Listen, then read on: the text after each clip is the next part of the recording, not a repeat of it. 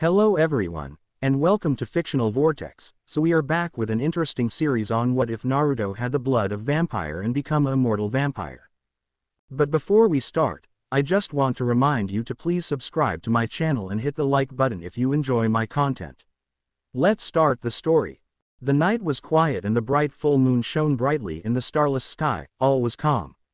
A woman stood on a hospital roof with a cigarette hanging loosely from her lips as her eyes focused intently on the church in front of her. The woman crossed her arms over her chest and took a long drag from her cigarette, before releasing smoke into the air. Bright green eyes narrowed when a shadow moved to her right, but she gave no indication of moving. The woman stepped to the side just in time to avoid being impaled by a throwing knife, before she spun on her heel and turned to face her attacker. Bright green clashed with blazing red and the woman smirked from beneath the hood of her form-fitting coat. Vampire. The woman laughed to herself as the rogue vampire charged at her with bloodlust raging in its bright red eyes. The vampire's eyes widened in shock as the woman continued to match its speed and dodge its assault. Lucas Jeffries, you have raped and murdered countless people. I am here to collect the life debts you owe. The woman spoke in a clear tone and the vampire momentarily stopped its assault to stare at the woman in a mixture of shocked disbelief and amusement. The vampire jumped back and laughed, its tone sarcastic, and it bared its fangs at the woman. You intend to kill me? I'd love to see you try. The vampire mocked and he snapped his fingers, his red eyes burning with savage bloodlust and cruel intent. The woman remained in her place as ghouls surround her. She calmly removed her unfinished cigarette from between her lips and flicked it away. All right, I'll give you one chance only. You can either die quick and easy or I can completely humiliate you, then make you suffer slowly. The woman spoke in a bored tone and the vampire laughed once again, before it pulled out two more throwing knives. The ghouls rushed at the one with no prior warning and the woman grinned, her green eyes flashing in both amusement and a hint of bloodlust. The woman threw her jacket high into the air and a new expression crossed the vampire's face. This one was of complete and utter fear. A pair of modified Beretta 92 FSs made of pure black, stainless steel were in the woman's hands.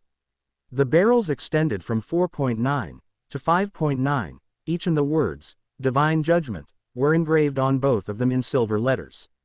The woman's long cherry blossom-colored hair was held in a high ponytail and stopped at her waist. Why, you're that freelancer, Sakura Haruno, the vampire exclaimed in a mixture of awe and fear, to which the woman responded with a bright smile. Shots rang out from her gun and the freelancer grinned as the bullets pierced through the ghouls with frightening accuracy. Sakura had specialized her guns for her use only. The bullets that shot out were small condensed shots of her chakra. The bullet itself was made solely by the freelancer, pure silver tips with a solid chakra core, mixed with mercury to give the bullet itself more of a kick. Sakura danced through the wave of ghouls, her aim true, and the vampire slowly began to inch his way back. There was no way he could beat the freelancer. He turned to run but stopped short when Sakura appeared in front of him with an impassive look on her face. Her pale skin seemed to glow in the moonlight and she stared at the vampire, as if looking into his soul.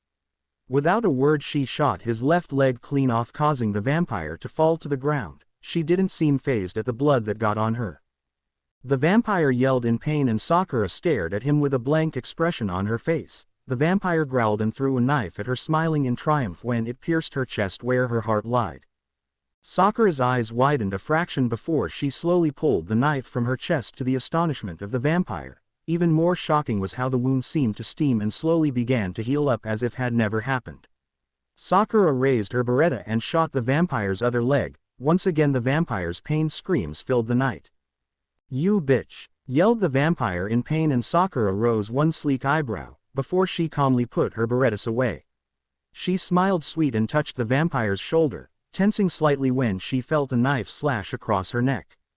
The vampire's hand shook violently and the knife dropped along with his jaw as he watched the normally fatal wound on Sakura's neck slowly begin to steam and the skin knitted itself back together. Sakura gave the vampire a dark look before she ruthlessly ripped his arm from his body, ignoring the blood that sprayed on her face. The vampire screamed bloody murder and its red eyes locked onto Sakura's, whose now had an insane glint in them. Sakura used her monstrous strength to lift the crippled vampire from the ground by his hair, laughing at his weak cries of pain and mercy. She placed her hand on his chest and allowed her chakra to surge within his body, destroying then repairing his organs only to destroy them again. The vampire coughed and gagged on his own blood, cursing the freelancer to the deepest parts of hell. You vampires truly make me sick, do you know that? Sakura suddenly spoke in a dark tone and the vampire's eyes widened at the amount of pure, unadulterated hate and rage in her eyes.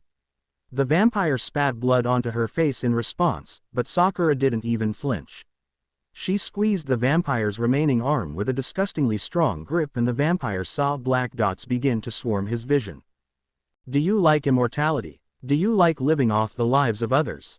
Do you realize what you're getting yourself into? Sakura snapped and the vampire couldn't form a response, before he was once again screaming in pain as Sakura crushed every bone in his arm. She dropped his permanently crippled form onto the concrete before she stomped her heeled boot down hard on his chest, aiming one of her berettas at his forehead with a disgusted look on her face. The vampire stared up at his death and for the first time in his undead life he prayed to God for mercy, begging and pleading that he be spared.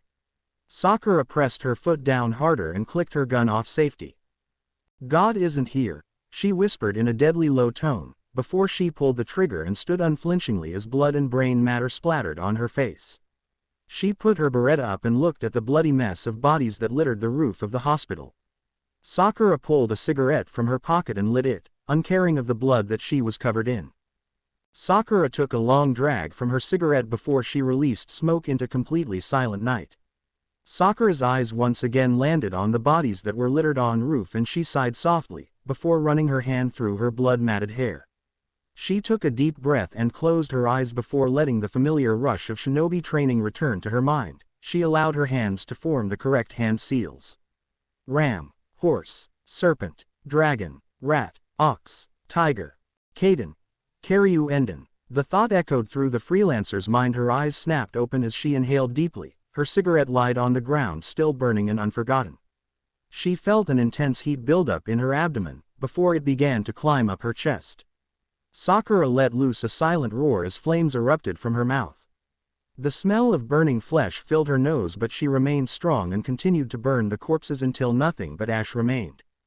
Sakura allowed the flames to slowly diminish before they eventually disappeared completely and Sakura picked up her fallen cigarette. A small breeze lifted the ashes from the roof and scattered them in the wind. Sakura kept her cigarette placed firmly between her lips before she raised one of her hands towards the burnt ground where some ashes and small embers still burned. Sweden. Suihachi, Sakura spoke in a low tone and a jet of water shot out of her hand, washing away the remaining ash and fire. Sakura closed her hand into a fist to stop the water flow and she glanced around at the top of the roof. No one would be able to tell what had occurred here when the morning finally came. Sakura leapt from the roof of the hospital and retrieved her coat where it had landed on a light post. The freelancer pulled on her coat before taking a long drag from her cigarette and she walked down the quiet street.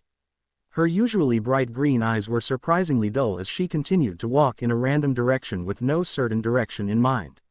She wiped her hand across her blood-stained cheek and stared at the crimson mess that coated her hand, before she balled up her hand into a fist. Immortality is a curse, she thought bitterly before she finished off the remainder of her cigarette and disappeared in a swirl of cherry blossom petals. The wind blew the remaining flower petals away as the moon finally emerged from its place behind the clouds. The night resumed its natural peace, undisturbed. Sakura Haruno, age 19, elite Anbu, specialized hunter nin, combat medic and apprentice of the Hokage of the village hidden in the leaves, was extremely upset, which wasn't good for the health of any of her teammates. The members of Team Kakashi watched as the pink-haired she-devil literally tore apart Training Field 3, but none of them moved to stop her. They all agreed that they'd rather face the Akatsuki all over again than face the wrath of their fire-breathing female teammate. "What do you think set Hag off this time?" asked Sai in a quiet tone, so the pink-haired Kunoichi wouldn't hear him.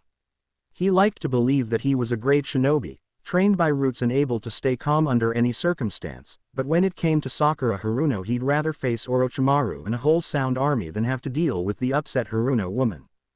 "Shanaru!" screamed Sakura as she slammed her fist down into the already ruined ground, causing the members of Team Kakashi to scatter to avoid the earthquake the ridiculously strong woman had just caused. Naruto landed in a tree a few feet away from Sakura and Yamato landed beside him. Sai and Kakashi landed in similar trees about 2 feet from where the clone and blonde Jinchuriki stood.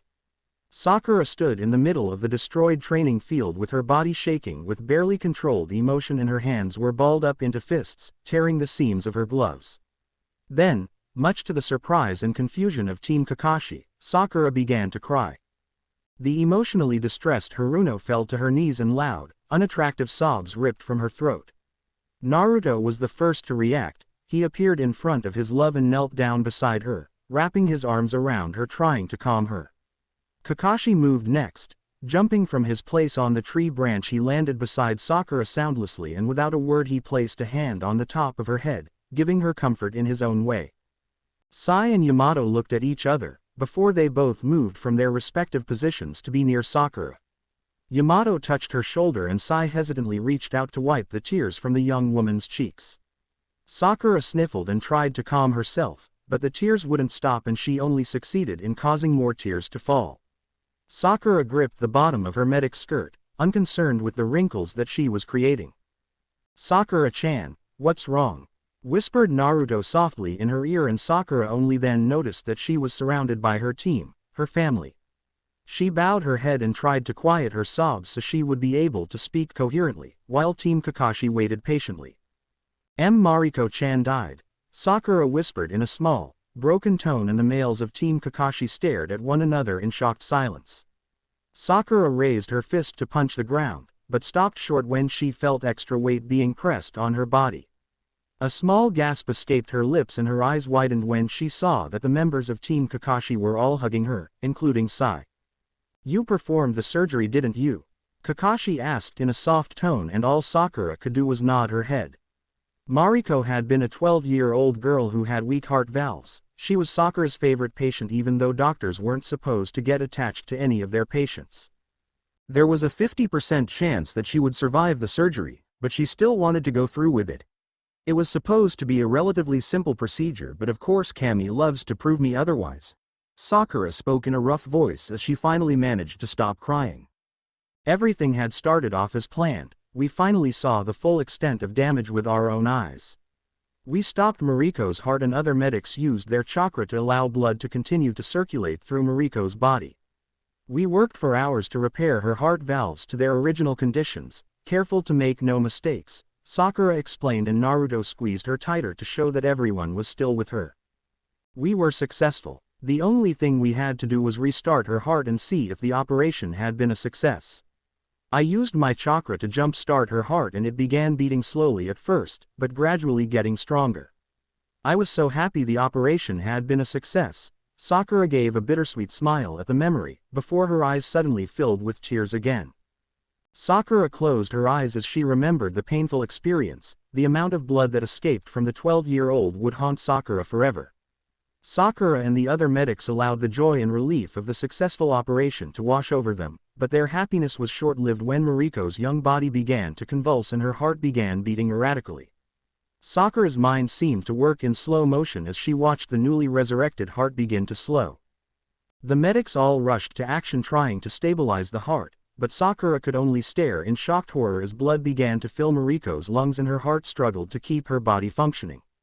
The aortic valve was the first to close, followed by the mitral, and that's when Sakura reacted. She poured almost every ounce of chakra she had into Mariko's heart to keep it beating, to keep the young girl alive. "Haruno-san, stop." Sakura could vaguely hear voices around her yelling for her to stop, telling her that she was pouring her chakra into a lifeless body.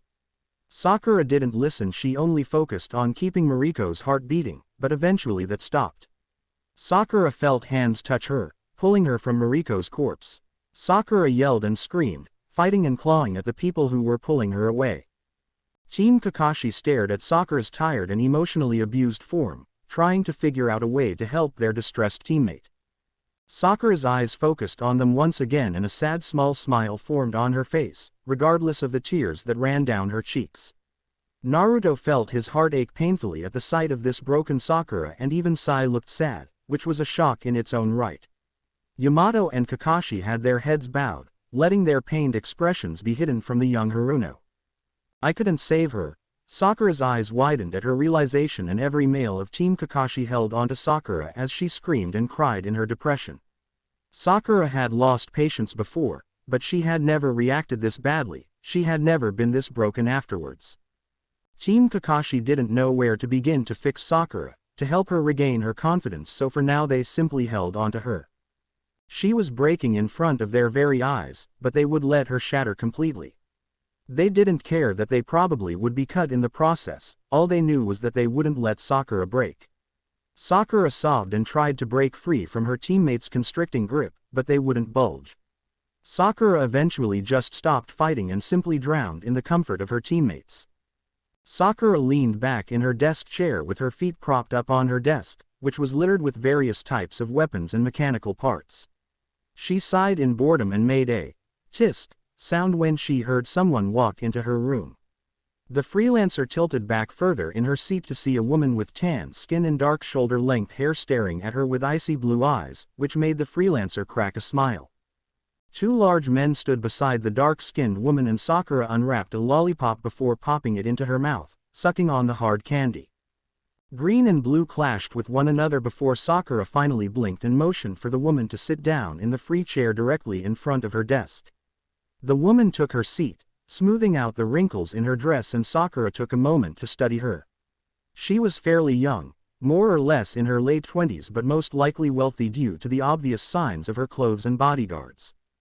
"I have a job for you," the woman spoke up in a clear tone that had a heavy British accent, and Sakura removed her feet from desk, deciding to sit up straight. Sakura swirled her tongue around the lollipop in her mouth, but she didn't speak. Instead she motioned for the woman to continue. "A few months ago, my brother was attacked by some type of creatures. I don't know exactly what they were, but all I know is that after he was attacked he turned into one of them." The woman spoke in a bitter tone, and Sakura allowed the woman to collect her thoughts before she continued. "I've learned that those things were under the control of vampires. I want to avenge my brother's death. I want you to destroy those vampires." The woman snapped and threw a large folder down on Sakura's desk containing all the information that she had on the vampires. Sakura didn't move or respond to the woman's outburst, she simply stared at her with a thoughtful expression on her face. Sakura pulled the lollipop out of her mouth and sighed softly, before running her hand through her hair. "Ah, it always came down to revenge, didn't it?" Sakura wasn't surprised at the reasoning, actually she had expected it. "I am offering to pay you £50,000 and another £3,000 in advance if you accept." The woman tried to convince Sakura, and the freelancer raised one of her eyebrows at the pleading woman. "Who are the targets?" Sakura eventually spoke up after a long silence, and the woman sighed in relief before she regained her poker face and pointed to the file that she had thrown down on Sakura's desk. "In that folder is the information I have on them, but I must warn you it is not much," the woman admitted, and Sakura popped the lollipop back into her mouth, before opening the folder on her desk. Sakura's eyes scanned over the files inside and a smirk found its way to her face, before she stood up and held out her hand to the woman. "I'll take the job," Sakura confirmed in an easygoing tone, and the woman jumped to her feet, shaking Sakura's hand in a surprisingly firm grip. The woman handed Sakura an envelope full of money, which Sakura counted out to be exactly £3,000. Sakura sat back down at her desk and watched the woman leave with her bodyguards, before she turned her attention back to the files that were scattered across her desk. The freelancer sucked on her candy and traced her finger along the picture of her targets. Sakura clicked her tongue and her silver-studded tongue ring made contact with the hard candy, leaving a strange taste in her mouth. "The Valentine brothers," Sakura mused out loud before she bit down hard on her lollipop, causing the hard candy to shatter in her mouth. The freelancer reclined back in her chair once again and closed her eyes, a small smile forming on her face. This would be interesting. Sir Integra Fairbrook Wingett's Hellsing could name at least 10 places that she'd rather be at that moment in time, instead of attending to the meeting of the Round Table. All 12 members sat at the large table, each with a poker face of his own. Integra reached into a small box on the table and pulled out a cigar, before she focused her attention on the members of the Round Table. "We have a problem, Integra," one man spoke up, and Integra focused her calculated gaze on the man, before she folded her hands under her chin and waited for him to continue. She had a general idea at what he was about to bring up. "So much has happened. Even if we do take action, we cannot stop the news from leaking to the press. The same man spoke in a solemn tone, and he fixed his glasses so the light made a bright glint, allowing no one to see his eyes. Yes, there is a limit to how much information can be suppressed, another man commented, and a few others murmured in agreement, before Integra slowly rose her hand in the air to silence the round table. As you probably know, we have seen increasing numbers of vampires and their minions in recent weeks. Naturally, we took the opportunity to research these new vampires, Integra spoke in a cool tone, before she removed a small device from her pocket and held it between her fingers for all to see. "What is that?" one man asked as a hushed silence fell over the large room. Integra took her time to gaze at the expressions on each of the Mimibers' faces, before her gaze give gravely serious. This appears to be a transmission device. Many chips like this were found on the vampire's body. Our theory is that this device is used to monitor the condition, mental status, movement and combat efficiency of the vampire. Integra spoke in a clear tone, and many men stood from their chairs in a mixture of shock and outrage. "What?" a few men shouted at the same time, but Integra simply continued on as if she hadn't heard them. "Furthermore, the recent incidents are not isolated. It is clear that someone is behind all of this." Integra calmly lifted her cigar to her lips and lit it calmly without losing eye contact with anyone. The men stared at the Hellsing heiress with expressions that varied from shock to fear, while some just simply slumped in their chairs in disbelief. "There's something else," Integra started, but a man rose his hand to halt her in mid-sentence. "Wait, there's more," he exclaimed in a shaking voice, and Integra once again crossed her hands under her chin, resting her elbows on the large table. Smoke from her cigar surrounded her in a misty halo, giving her an almost haunted look. "It's about the ghouls. Ghouls usually form when the victims of the vampire are not pure. However, that isn't true in this case. In all these incidents, every victim was turned into a ghoul and no new vampires were created. Even pure, untainted children have turned into ghouls," Integra elaborated, and sweat began to form on the faces of the men at the table.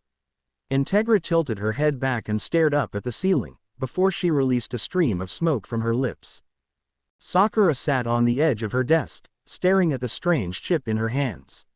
She had returned to the hospital roof earlier that morning to retrieve her lighter that she had forgotten. She had found her lighter, but also a strange chip on the concrete. She was surprised that the chip hadn't been destroyed or washed away by her justice, but she didn't question it. The freelancer didn't know what the chip was used for or what its origin was. Sora placed the chip in the pocket of her jeans, making a mental note to research the chip later. She looked on her messy desk and picked up a kunai with a bittersweet smile on her face. She missed the age of the shinobi. Technology had taken over and people had traded justice and kunai for guns and computers. It was sad in a way. Sakura knew she was the only person left in the world with the ability to harness chakra. Everyone else had simply forgotten the old ways. The freelancer snapped out of her thoughts and began to strap various weapons to her person. She hummed under her breath, stretched, sighing in content when she felt her stiff joints pop. The freelancer was clothed in a form-fitting crimson camisole and plain black jeans that hugged her curves perfectly. Sakura's Anbu tattoo stood out proudly on her right shoulder in black ink for all to see, but none actually understood what it meant. "I wonder if these Valentine brothers will be able to grant my wish," the Haruno thought to herself before she mentally snorted and began to the talk of wrapping black bandages around her arms, a habit she had picked up from her old friend Neji Hyuga. "If you were to be honest to yourself for once, you would finally realize that there is a very slim chance that anyone can kill us for good." Another voice snapped in Sakura's head, and the young woman rolled her eyes, before mumbling under her breath incoherently. "I thought I got rid of you," Sakura thought in a bored tone as she began to lace up her 3-inch combat boots. She stood up as she debated whether or not she should take her katana. The freelancer shrugged and strapped it onto her back. She'd take it just for the hell of it. "I'm you, Baka. You can't get rid of me. And I don't appreciate you locking me in the deepest part of your mind. Do you realize how fucking hard it is to get out of there?" shouted inner Sakura, and the freelancer groaned at the mental headache that she was sure to develop. "For Kami's sake, be quiet. I already have enough issues to deal without feeling the need to argue with myself," Sakura shouted in her mind, and she twitched slightly when she heard inner Sakura's taunting laughter. It took everything the freelancer had not to bash her head against the desk. "Hey, you're the one that's insane. All the years that you've lived it was bound to happen. I'm just here because you feel the need to converse with someone. Inner Sakura stated as if they were discussing the weather, and Sakura bit her tongue hard enough to draw blood, before she placed her berettas in their respective holsters on either side of her waist. This isn't much of a conversation. Now be quiet, Sakura commanded, and to her surprise Inner Sakura actually fell silent. Sakura walked around her room and her eyes landed on the picture of Konoha 12, when they were all genin. She smiled lightly at the picture and touched the frame. She missed her friends terribly. Sakura turned her attention away from the picture and continued to ready herself for her encounter with the Valentine brothers. I just thought of something. Inner Sakura spoke up after a while, and Sakura sighed. Silence is too much to ask for these days, it seemed. Sakura chose to ignore the annoying voice of her inner, which Inner Sakura didn't appreciate. We haven't gotten laid in over 100 years. Inner Sakura suddenly found herself shoved in the deepest part of the freelancer's mind, and no matter how much she yelled and cursed, the freelancer couldn't hear her. The Valentine brothers stood at the back entrance of the Hellsing Manor, each plotting the demise of powerful organization. The younger of the two was clothed in black, a long witn multiple face piercings, stood with his hands in his pockets, a bored expression on his face. His dark skin stood out in contrast to his brother's pale complexion, and his gold eyes shone with ill intent. The older brother stood clothed in a crisp white suit with a calm aura around him as he and his brother stepped towards their destination. Their names were Luke and Jan Valentine. You do you, we can't afford to screw up, right? It has been quite some time since we've been assigned anything this big, Luke spoke to his younger sibling, who simply rolled his eyes in response. Yeah, besides, we won't fail. We can't possibly fuck up with a badass like me on the job, Jan replied with a cocky grin on his face, and Luke sighed, before shaking his head at his younger brother's antics. The two vampires were caught off guard when a whistle was blown in their ears. Who are you? This place is strictly off limits, shouted one of Hellsing's security guards, and Luke calmly adjusted his glasses on his face, before he focused his green eyes on the security guard with a sheepish expression on his face. My apologies, sir. You see, we are here with the tour group, he spoke in a sincere tone as he pointed to the two large buses parked just outside the Hellsing gates, and the security guard's eyes widened a fraction. We're visiting the castles of British nobility, Luke continued, and Jan stepped up from behind his brother and gave the guard a nonchalant look. Ain't you folk open to the public? He asked in a bored tone, and another guard stepped up beside the other guard that was staring at the Valentine brothers with a look of shock and slight confusion. This is private property. Remove yourselves immediately, the new guard barked in an authoritative tone, and the Valentine brothers turned to face each other, before they both began laughing.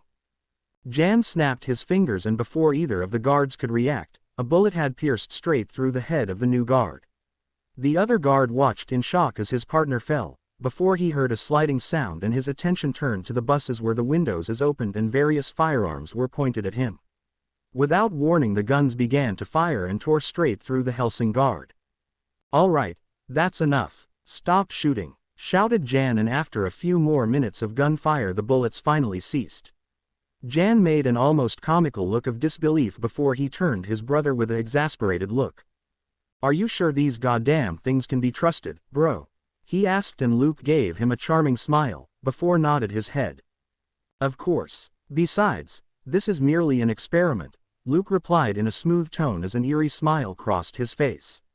Jan stared at his brother a few seconds, before he snapped his fingers once again, and ghouls dressed from head to toe in armor filed out of the buses. Only an experiment, eh? The younger Valentine commented with a smirk on his face, and he grabbed two heavily modified, suppressed FNP 90s from one of ghouls. Luke stared at Jan with an amused expression. Who the hell cares anyway? How boring. As long as there are people to kill and blood to drink, we can do whatever the hell we want. Who cares if they're Hellsing? Fuck Alucard or Alucard, or whatever the fuck his name is. Eliminate all of them, shouted Jan in a crazed voice, and Luke remained quiet as he adjusted his glasses. For once his younger brother was absolutely correct. Sakura arrived in front of Hellsing Manor an hour or so later from when the Valentine brothers had arrived. Sakura liked to think she was a damn good hunter nin back in the day, and time had helped her hone her abilities, but when she had tracked the Valentine brothers to Hellsing she had begun to second-guess herself. Why the Valentine brothers would be here was beyond Sakura's imagination, seeing as how Hellsing was an anti-vampire organization. Sakura shrugged mentally to herself. Hell, she had never been wrong, so what good would doubting herself to now, especially after all these years. Sakura walked through the front entrance of the Hellsing manor and her eyes widened at the amount of blood and corpses that littered the ground. She knelt down beside one and read the insignia on the uniform, her lips forming a thin line in solid distaste. They were Hellsing soldiers. Sakura stood up straight and continued on her way, stopping once again when she heard the speakers around the hall come to life. She rose one of her eyebrows when she heard screams and yells echo through the speakers, before an amused voice spoke into the intercom. "Hello, hello, can you hear me? Good afternoon, members of the round table. Greetings. Is my dear little partridge Integra there as well?" The voice laughed and Sakura leaned against one of the walls, deciding to listen to what the clearly disturbed vampire had to say. She was slightly surprised when he mentioned the members of the round table being there as well. "We are the Valentine brothers." The voice confirmed Sakura's silent question and the freelancer resisted the urge to laugh. This was going to be too easy. She pulled a pack of cigarettes out of her pocket and lifted one to her lips, where she lit in without a second thought. "I am the younger of us two, Jan Valentine. This is the first time we've met, correct? We're enjoying lunch right now. Your guards are quite delectable if I do say so myself. Care to join us?" Jan taunted into the microphone and Sakura crushed her cigarette in her finger. One thing hadn't changed about Sakura Haruno, and that was her strong hatred towards those who killed the innocent. And, the bastard that the nerve to sound happy about that fact. "We'll be doing everyone a favor when we kill this bastard," inner Sakura growled out in Sakura's mind, and the freelancer didn't even think to question how her inner had managed to emerge so quickly. In fact, she agreed with her inner completely. "It's almost your turn. Have you pissed yourselves yet? Prayed to your god? You were cornered with nowhere to go. Are you prepared to die like fish in a barrel? By the way, you still have a couple of minutes to commit suicide if you want to take care of business yourselves. I strongly recommend this." Jan's voice echoed through the now silent hallways as he clicked of the intercom, and Sakura's eyes flashed dangerously. The freelancer kicked herself off the way and pulled her katana from its sheath on her back as she made her way down the hallway. The enraged Haruno leg shot forward as she kicked the doors open, shattering them in the process. Armed ghouls looked up from where they were feasting on Hellsing soldiers. Sakura allowed a deranged smile to grace her features before she rushed forward. Her form blurred as she dodged bullets that were shot at her. Her katana danced in her hand as she quickly cut down the ghouls, leaving nothing but crimson stains in her wake. The Haruno's fist went straight through the head of one of the ghouls and she spun on her heel, slicing the head on one ghoul clean off. Sakura's katana was made of the same black, stainless steel that her berettas were made from, and once again it had been modified for her use only. Sakura forced Chakra into her sword and swung it, smiling in twisted amusement as the shockwave from her swing cut straight about 8 ghouls, shield and all. Sakura lifted her katana over her shoulders and stared at the ghouls that laid motionlessly on the ground. A smirk formed on her face when more Cain leveled their weapons at her. She swung her katana so its blade was pointed at the ground. Sakura licked her lips, her silver tongue ring shining in the light, and she rushed forward as the ghouls opened fire. The freelancer had begun her assignment. Integra stared at Walter and Sarah's, who had fallen from the ventilation shafts, and she mentally sighed in relief. For a second there she had actually been worried. Integra stared at her butler and the young Draculina with a calm look, before she glanced at the members of the round table who looked either shocked or afraid. "How's the situation below?" Integra asked in a serious tone. She wasn't in the mood to beat around the bush. Walter gave his employer a grave look and Sarah seemed shocked at the amount of intensity that the old butler was showing. "The entire defense team has been wiped out. If one ever wondered what hell looks like, then the scene below might be their answer. No one ever expected an army of ghouls with military capabilities. Although we don't know what their objective is, their plan was certainly impressive," Walter replied to Integra's question, and members of the round table turned a deathly shade of white. "Walter, I'll ask you straight out. Are you done for?" asked the Hellsing heiress, and Walter gave her a faint smile, before he bowed to her in respect. "No, certainly not. Compared to what I went through in the old days, defeat is out of the question," Walter replied in a certain tone, and Sarah's looked back and forth between the dark-skinned Hellsing heiress and the old, confident butler. Alucard will start from the basement, while we'll be welcoming their attack from the third floor. No, I should say, we'll be attacking them. We'll be following your orders to the letter, Sir Integra. Not a single attacker will leave this building alive. I'll show them how high the price of admission is in Hellsing. Walter promised before he once again bowed before the Hellsing heiress. Jan leaned against a blood-stained wall in the hallway, uncaring of the visible destruction that was going on around him. He pulled out a cell phone and dialed a number, holding up to his ear as he watched the ghouls tear through more Hellsing soldiers. Yo, hello bro, can you hear me? This is the leader of the mansion massacre reporting. Oh yeah, Jan howled into the phone while he laughed madly. Luke rolled his eyes at his brother's attics on the other end of the line but didn't say anything. I've cleared the first floor and the second one is just about done. All that'll be left is taking over the third floor in the meeting hall. And sending all those old bastards to hell. Jan spoke into the phone with a smirk on his face, once he got over his hysterics. We'll go with it, then. Remember not to underestimate anyone in Hellsing. I'm heading to the basement at the moment, Luke replied in a simple tone, and he hung up on his end, leaving Jan to stare at the phone for a moment before he shrugged and placed it in his pocket. Jan pushed himself away from the wall he had been leaning on and lit a cigar that he had stolen from Integra's office. He picked up his beloved weapons and continued down the hallway with his ghoul army behind him, all armed and ready. Boring, boring, boring. This is fucking annoying. Isn't this mansion big enough? The younger Valentine brother ranted to himself as he continued on his way. He glanced down at the carpet and made an annoyed sound in the back of his throat. This carpet sure is plush. What the hell is it, a bussin'? Savonnerie? That woman, I'm not just gonna kill that bitch. Jan kicked down a pair of doors that lead to the 3rd floor of the mansion. Smoke from the cigar surrounded him and ash fell onto the carpet, but he didn't seem or notice of care. I'll rape her, then kill her. Hey, hacking her carcass into pig feed isn't a bad idea either. They could have her as a snack, far less of a hassle. The demented vampire commented and stopped short when a door up ahead suddenly opened and a person stepped out. Jan's eyes widened a fraction when his cigar suddenly snapped into two seemingly out of nowhere. Jan's mouth opened in shock when a ghoul behind him suddenly was sliced in half and the person began walk toward him with a deadly aura. I missed? I suppose I can't compare to my younger days? The person spoke up and Jan took a half step back when the person stepped into the light and revealed their identity.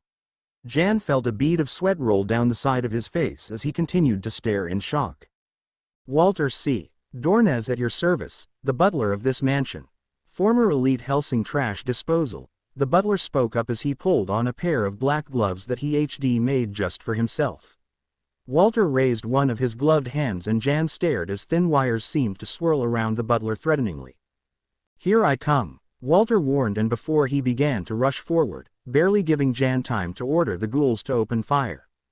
Jan's eyes widened as he watched the butler dodge most of the bullets fired, and Walter manipulated the wires with a vengeance, cutting through the ghouls as if they were nothing.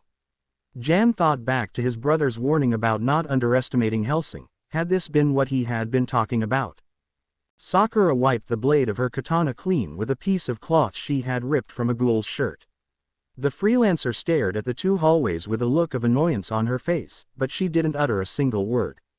The Valentine brothers had chosen to separate, one going to the basement and the other to the 3rd floor, and thus began Sakura's dilemma.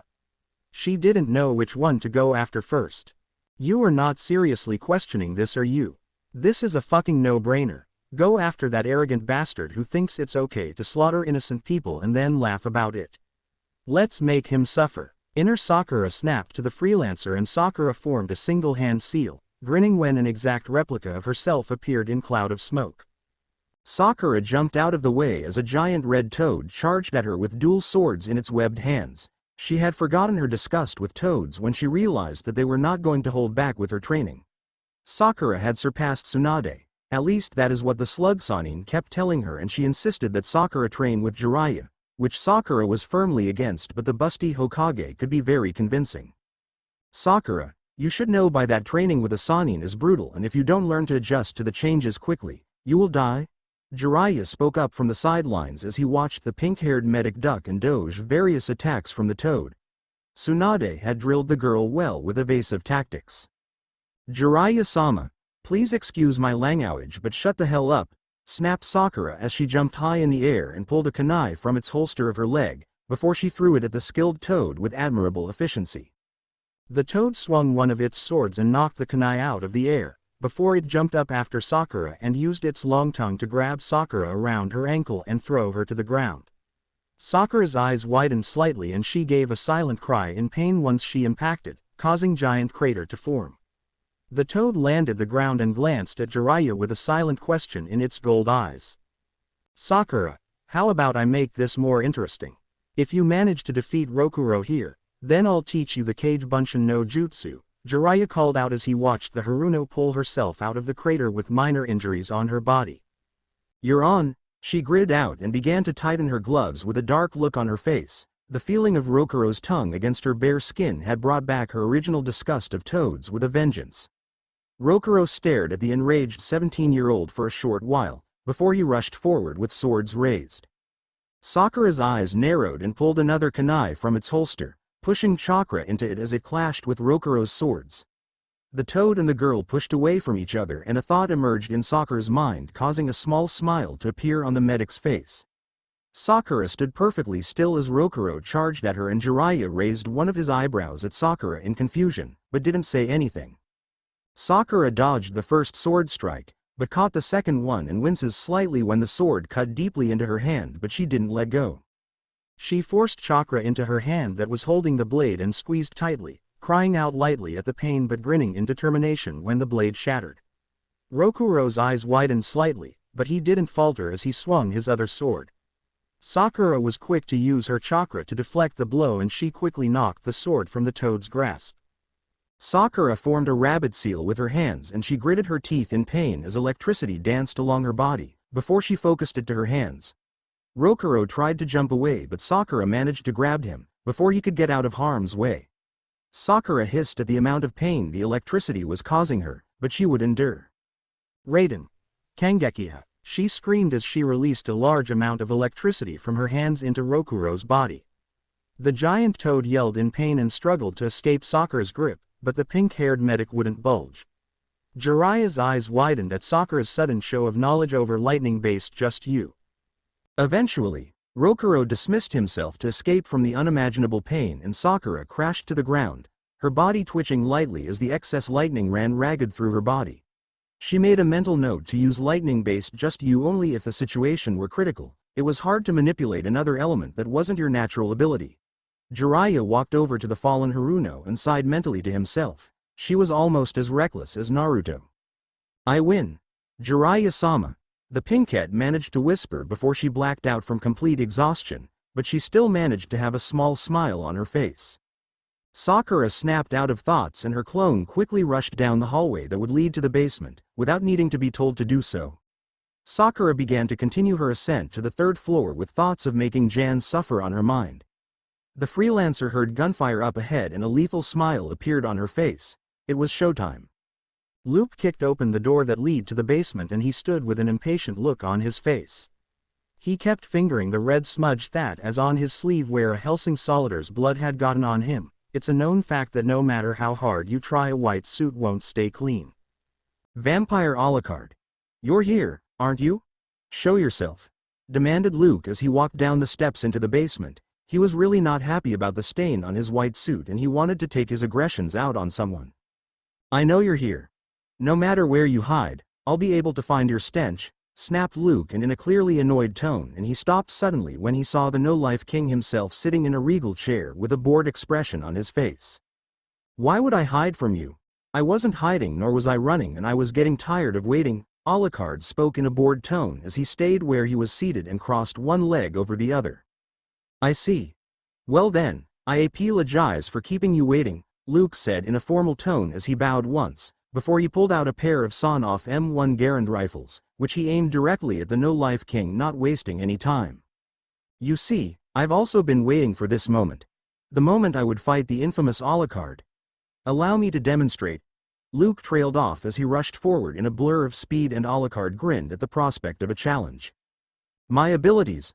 Luke finished as he suddenly appeared in front of Alucard with his rifle pressed against the no-life king's forehead, but Alucard was prepared as he pressed the jackal against Luke's chest where his heart lied. That was fast. Alucard commented with the same grin on his face, and Luke glared at him, his fangs flashing in the dimly lit room. If you think you can treat me like one of those instant punks, then you're wrong. I'll be the first one to surpass you, shouted Luke, and without further warning, both vampires pulled the triggers of their respective weapons simultaneously. Luke flew back and hit the ground, and Alucard's head tilted back at an odd angle. Both vampires didn't move for a while. A silence stretched between the two fallen vampires, before they suddenly began laughing, and Luke was the first to snap back up. He aimed his rifles at Alucard and began firing shot after shot, while the no-life king himself simply aimed the jackal at Luke and fired back. Luke disappeared in a blur of movement, dodging the bullets that Alucard shot in his direction. Do you still think I'm no different from the others? Your abilities, I have already analyzed them all. No, if anything, I'm your superior. Luke shouted in a cocky tone, and Alucard lifted his head to stare at the younger vampire with an insane smirk on his face. Ceres had Jan pinned to the ground. Once she and Walter had wiped out his army of ghouls, all that was left to do was interrogate him for answers. Walter stood over the young Valentine brother with a dark look on his face as he adjusted his gloves. Where are you from? Who is your commanding officer? Who gave you your undead life? Walter questioned, and Jan laughed in a sarcastic tone as he listened to Walter question him. He groaned lightly when Ceres tightened her grip on him. Old man, is your fucking brain broken or something? Didn't I already tell ya that I'm the leader of the Hellsing massacre team? We were created to get rid of you. So, that's why. Okay. You all can go to fucking hell, shouted Jan as he began to laugh madly, and Ceres scowled at him. Enough of this nonsense. What can you do in your current state? Walter spoke in a low tone, and Jan only seemed to laugh harder, before gave Walter a mocking smile that made the old man frown. You really are a senile fuck. Jan barked out, and no sooner had he said that did Ceres and Walter hear groans coming from behind them. The butler and the police woman eyes both widened when they saw the sight of the fallen Hellsing officers turned into ghouls. Jan took Ceres's momentary shock to catch her off guard with a sharp elbow to the face, effectively knocking her off of him. Ceres gasped in pain, and Jan stood to his feet, before he glanced back at Walter and Ceres with a sick grin on his face. Are you prepared to turn against your own kind? All I can say is have fun. Gentlemen, let's get this party started. He laughed out and ran towards Walter, where he jumped over the old butler at the last possible second, heading towards the meeting hall. Walter was caught off guard and turned to stare at Jan's running form. Ceres tried to run from the Hellsing ghouls, but one managed to snag her ankle and she fell to the ground with tears in her eyes. Walter snapped out of his stupor and controlled his wires to go after Jan. The wires wrapped around the Valentine brother's arm, and he laughed as he pulled his arm, uncaring that he had removed his arm from his body in the process. He managed to bust open the doors of the meeting room, and his eyes widened in shock when he saw all the members of the round table facing him with calm looks on their faces, each armed with a small firearm in their hand.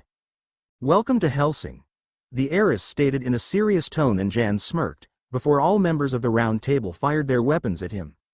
Jan flew back and hit a wall, while Integra's eyes widened at the sight that greeted her in the hallway. Ceres tried to pull away from the Hellsing ghouls that kept reaching for and groping her.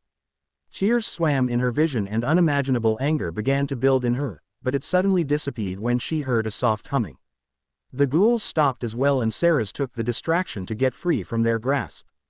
The humming grew louder, and Walter's eyes widened when he saw a brief flash of pink before the ghouls were cut down. Sakura stood in the middle of the blood-stained hallway as she finished off the last Hellsing ghoul, and she pulled her katana from its corpse. She turned her attention to members of Hellsing that were staring at her in a state of shock. She eyes focused on Walter, and she gave a faint smile, ignoring the fact that she was practically covered from head to toe in blood. Integra left the meeting hall and went to stand beside Walter to study the newcomer. Well, if it isn't the Angel of Death. I haven't seen you in roughly 40 years, age has been kind to you, Sakura commented, and Ceres looked back and forth between Walter and Sakura with confusion written on her face. Integra was also perplexed on the matter, but she didn't make it as obvious as Sarah's did. The Bloody Blossom has returned. I haven't been called that in a long time. These days they call me the Freelancer. Sakura spoke in a simple tone, and Integra took a step towards the pink-haired woman with questions burning in her eyes, but soft laughter from Jan stopped her in her tracks. Sakura along with the members of Hellsing all turned their attention to heavily wounded vampire that was slumped in a bloody heap on the floor. Walter took a step towards Jan with wires sticking out of his gloves and between his teeth, while Sakura simply crossed her arms over her chest and stared at the vampire with a cold expression. Make it quick, old man. Jan spoke in a low tone and Walter glared at him. Sarah scowled openly at the vampire, before she glanced at Sakura out of the corner of her eye. She didn't know who the woman was, but she could tell from her earlier display that she was powerful. Oh, after all your good deeds. We shall not make this easy. Don't even think about a swift death, at least until we discover your hidden employer. Walter stated in a cool tone, and Sakura smirked. The Angel of Death had not lost his edge in his old age. You are so fucking naive. Jan snapped, and Integra stepped forward with a small pistol in her hand. She clicked it off safety and pointed it directly at Jan's forehead, but the vampire didn't flinch or turn away. How's it going, slut? He asked in a easy-going tone, and Integra pressed the pistol harder against his forehead with a scowl on her face, making her look much older than she actually was. She shot his remaining arm, and Jan cried out in pain. Watch your mouth. I'm not in a very friendly mood right now, snapped Integra, and Jan slumped over as he panted and tried to catch his breath. Sakura's eyes narrowed slightly at the vampire, but she didn't say anything. Instead she simply observed. Just what cult are you from? And, just who is sponsoring you from behind the scenes? Answer me, shouted Integra, and Jan began to laugh wildly, while Integra glared at him and leveled the gun at him again. Stop laughing. Answer me, she screamed, and Jan continued to laugh as Integra slowly began to pull the trigger, but Sakura placed her arm out in front of the younger woman. Integra stared at Sakura with shock and confusion written on her face, but Sakura just shook her head. Let me give it a try, she murmured, and knelt down so she was eye level with Jan. The dark-skinned vampire stopped laughing and glared at Sakura, who had placed a hand on his shoulder. She allowed her chakra to invade his body, and Jan yelled when he felt the raw energy attack his organs. You are going to tell them everything they want to hear, do you understand me, bitch? Sakura spoke in a dark tone, and Jan growled at her as he tried to pull away from her. He didn't realize just how screwed he was. Sakura's clone stood on steps of the basement behind Luke, who no longer had legs to walk on, and she glanced down the stairs to see a madly grinning Alucard approaching them both. Luke glanced back at Sakura's clone with brief confusion that quickly turned back to fear when he heard Alucard speak up. What's the matter? You're only missing 2 legs. Come on, call out your familiar, command it to transform your body. Regenerate your legs and get up. Pick up your gun and retaliate. Come, the night is still young. The game has just begun. Hurry, hurry, hurry. Alucard bellowed, and Luke stared at the older vampire with pure terror. You fucking monster. Luke shouted, and the clone stared at the blonde vampire with an amused expression. A monster. Luke hadn't seen a monster, he didn't know the error of his choice of words. Alucard's eyes widened slightly, and a disappointed look crossed his face. So, this is the limit of your abilities, little worm. You useless, pitiful creature. Snapped Alucard, and Luke, beads of sweat began to roll down his face. Sakura's clone leaned against the cold stone wall and decided to watch the show just a bit longer. It had been a while since she had been too thoroughly entertained. Stop babbling. Your Hellsing is finished. To think an elder vampire like you would lower himself to the rank of royal Protestant knights errand boy. Luke was cut off as Alucard glared at him sharply and snapped, shut up. Sakura's clone quickly leapt over Luke's partially immobile form just as Alucard began to summon his familiar, Baskerville. Alucard's eyes widened once he saw Sakura's clone, and the clone sent him a suggestive smile, before she picked up Luke by his neck and grinned at him. If you think the Count is a monster, then I'm death itself, the clone whispered softly in Luke's ear, and the blonde vampire struggled in vain against the pink-haired woman's surprisingly strong grip. The clone pulled its katana from its sheath and quickly sliced Luke's head from his shoulders, in one clean cut. Alucard watched the head roll to his feet and he chuckled darkly before he allowed Baskerville to devour the remnants of Luke's body. Sakura cut Luke's body apart piece by piece, tossing it to Baskerville, who devoured the vampire, greedily.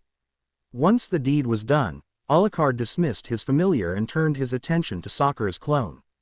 "So, you've finally returned, my countess," Alucard spoke up, and Sakura's clone smirked, as she crossed her arms over her chest. Alucard strode towards the freelancer's clone and she sheathed her katana, before resting her gaze on the elder vampire. "Not quite, Count. Besides, I'm not the real Sakura. She's upstairs tying up loose ends." The clone explained, and Alucard shrugged his shoulders, with a wild grin on his face as he reached out for her. "Gotta go, Count. Oh, and we both know that Sakura is not your countess," the clone stated with a grin, and just before Alucard could touch her, she had dispelled herself. Alucard didn't know whether to be annoyed or amused. A thought suddenly hit him and he began to laugh madly. Sakura had stolen his kill. Sakura's eyes dilated for a moment as her clone's memories became her own and laughed softly to herself. Alucard hadn't changed much either. Walter stared at Jan's shaking form and he felt an ounce of pity for the vampire, which he quickly crushed. The bloody blossom was ruthless.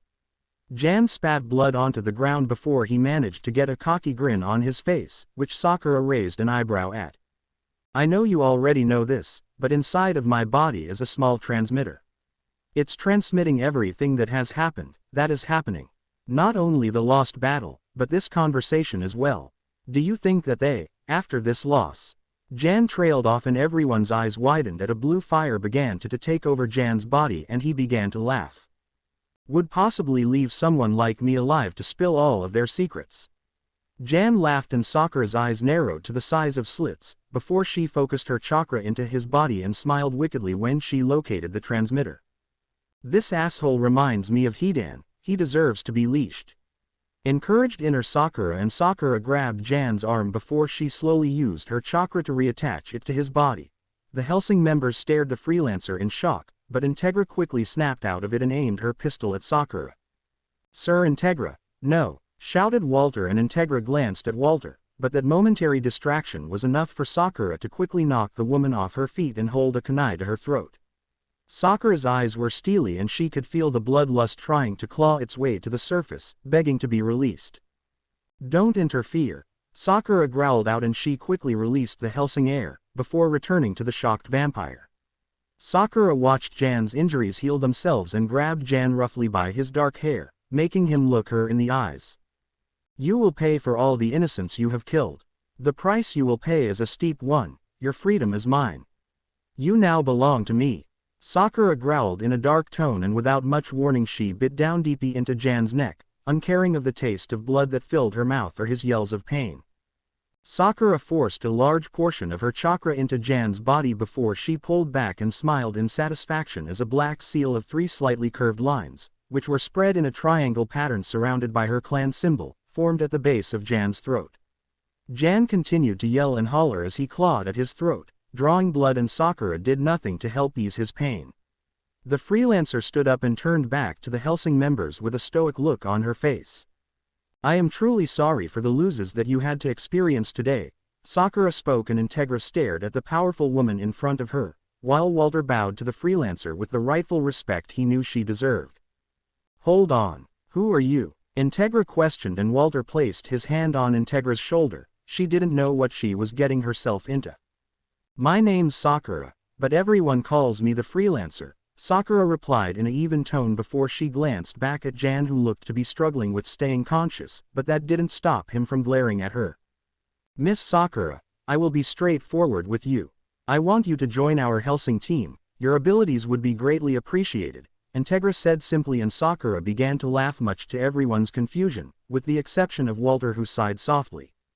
"No thanks. I'm only loyal to one place, and since that place no longer exists, I will not permanently involve myself with any other place or organization. I have only one go now." Sakura whispered the last part to herself, before she walked over to Jan's bloody form. "You bitch, what did you do to me?" Jan managed to gasp out, and Sakura smirked as she lifted him up easily and placed him on her back. "The Kai no Juin binds you to me. In simpler words, I own you." Bitch, Sakura whispered harshly, and she turned her attention to Walter and Sarah's. She gave Walter a small smile, and the old butler returned it with one of his own. Young Draculina, take care of the Count. Even he needs a countess, and Sir Integra, the transmitter that was located on Jan, belonged to an organization called Millennium, if that means anything to you. Sakura spoke to Sarah's and Integra, before the freelancer disappeared in a swirl of cherry blossom petals. Sarah's blushed violently at what the freelancer had said, and Walter chuckled, while Integra stared at the place where she once stood. Millennium, whispered Integra, and she ran her hand through her long blonde hair. It seemed that he troubles never ceased to multiply. Sakura, the immortal freelancer, Integra made a silent vow that she would find a way to make that woman join Hellsing. But, for now she had members of the Round Table to deal with, and that itself was tasked from hell. 1445, Adrianople, Turkey. The first time that Sakura had met Alucard, it had not been under pleasant circumstances. She had met the Count long before he had encountered Abraham Van Helsing turned Mina Harker in A Creature of the Night.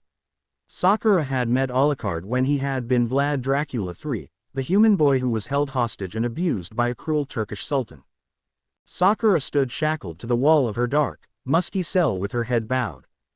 The shackles bit roughly into her already raw, bloody wrists, and she hissed at the feel of it.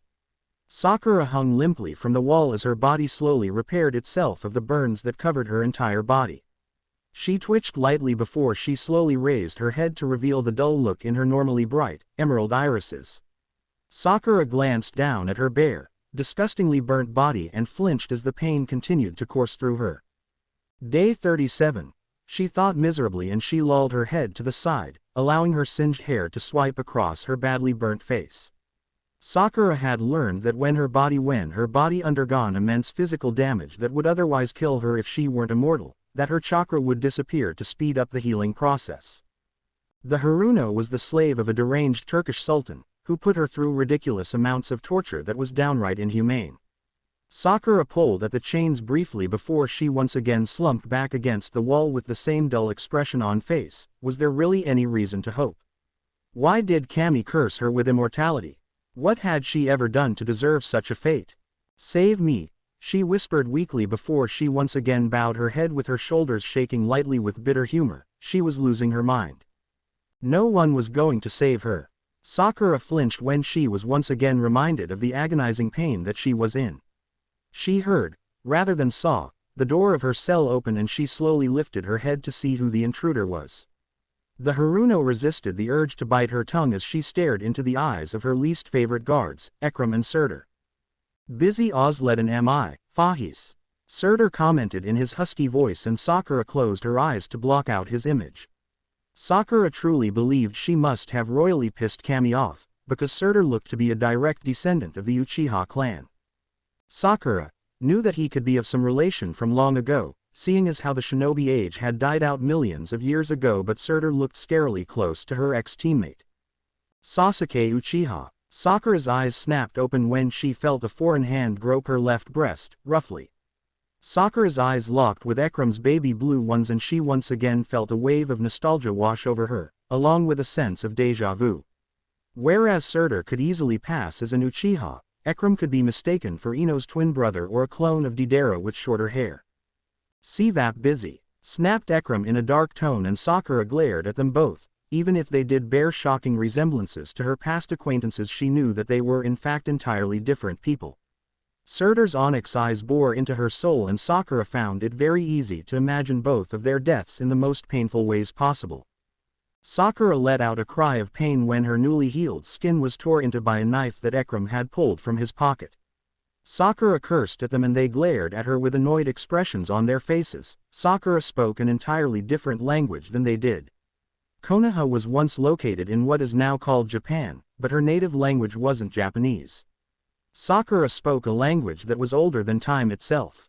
"Konosmek Asitka," Surtur demanded in a low tone, and Sakura spat in his face, which resulted in her being punched in the face. The Haruno didn't utter a word as she spat blood onto the ground from her now busted lip. Sakura understood clearly what they were saying. She had learned most of the new languages that had come into the world, and she used that knowledge to her advantage. It also didn't hurt to piss off her captors a bit, either. Sakura hissed and struggled against her shackles when she felt Surtur and Ekrem's hands skim over her already abused body. Surtur raised one of his dark eyebrows at her explosive reaction and Ekrem grinned at her discomfort, while the Haruno's eyes blazed with fury.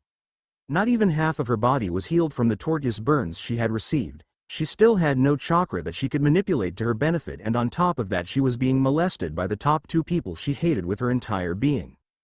Pickler. Birik Beni. Sakura shouted in Turkish with murder evident in her eyes, and Ekrem began to laugh, much to her ire and sheer displeasure. Sakura began to pull more violently at the chains, uncaring that she was only causing herself more harm than good. Surtur's hand cupped Sakura's womanhood and the Haruno went as stiff as a board, her eyes widened in surprise and shock at his blunt actions. Bakire? Ekrem questioned in a mocking tone, and Sakura hissed when she felt Surtur thrust two of his fingers into her without much warning, while Ekrem pawed roughly at her breasts, leaving visible bruises. Sakura had experienced many unpleasant things in her immortal life, and the treatment that she was enduring at that moment was easily making it to her top 10 list without a problem. Sakura bit her bottom lip to keep from screaming as Surtur savagely thrusted his fingers in and out of her at a violent pace. Unshed tears blurred Sakura's vision and raised her head up to stare at the dark ceiling that mirrored her soul at that time. Wouldn't it be lovely to cease existing? A loud yell echoed through the hallways and Sakura's head snapped in the direction of the still open door, where a tall, skinny teenage boy was being dragged down the dimly lit hallways. The boy looked no better off than Sakura, and the two locked gazes for a moment. The boy looked shocked to see another person down in the dungeons. Surtur and Ekrem pulled their attention away from Sakura for a moment, as they turned to glare at the teenager. Pick Pislik. Surtur growled out, and Sakura resisted the urge to snap that he was no better. If anything, Sakura believed that Surtur and Ekrem were both less than the dirt that mankind stepped on every day. Sakura visibly flinched when she heard the crack of a whip followed by the teenage boy's yell of pain. She knew the unpleasant experience, and she could tell by the way the boy endured the pain in silence from then on, that he was familiar with it as well. Ekrem moved away from Sakura to close the door of her cell, the only light coming from a dimly lit torch that Surtur had placed on the wall when he and Ekrem had first arrived. Surtur reached up to touch Sakura's marred face with his free hand, but she pulled back violently. Ekrem returned to his place beside Surtur and he wrapped his hand around Sakura's neck in warning. She knew that he would snap it, and that did nothing to calm her anger. Korku busy. Ekrem whispered darkly in her ear, and Sakura locked her jaw tightly, as Ekrem pressed his index finger across her bloody, chapped lips. The torch flickered briefly and Sakura could clearly see the lustful stares in both Ekrem and Surtur's eyes. Zavali Kaden. Surtur commented, and Sakura shut her eyes as she felt his nails tear into the walls of her womanhood. Surtur pulled his fingers from her body and stared at the blood that covered them both. He smirked at Sakura cruelly. Asayor Mew. Taunted Ekrem, and Sakura slowly opened her eyes. A hollow laughter escaped from her bloody lips. What was left to fear? Certainly not them. Sakura bit her tongue and the familiar, metallic taste of blood began to fill her mouth. Surtur's onyx eyes narrowed to the size of slits and he punched Sakura in the stomach, making her gag on her own blood before she doubled over and coughed the crimson liquid onto the floor. Ekrem pushed his index and middle fingers into Sakura's mouth to prevent her from biting herself again. The Haruno tried to move her head away to get Ekrem's fingers out of her mouth, but the man was persistent. Sakura went deathly still and her mind ceased thought, when she felt another object against her womanhood. Sakura stared into Surtur's eyes. She was entranced by the bottomless onyx pools that she failed to notice Ekrem unlock her shackles and slip behind her. Sakura quickly snapped out of her stupor and struggled against her captors, but Ekrem held her wrists in a tight hold and she was too weak to put up much of a challenge for the two guards. Sakura felt the tip of Surtur's cock at her entrance and she tried to lift her leg to kick him, but the shackles around her legs prevented her from doing much damage.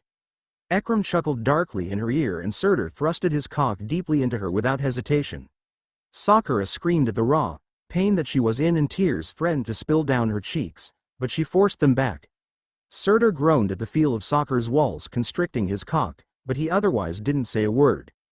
Sakura felt liquid roll down her thighs and she didn't have to look down to know that it was her blood. She did however scream bloody murder when she felt Ekrem take her from behind.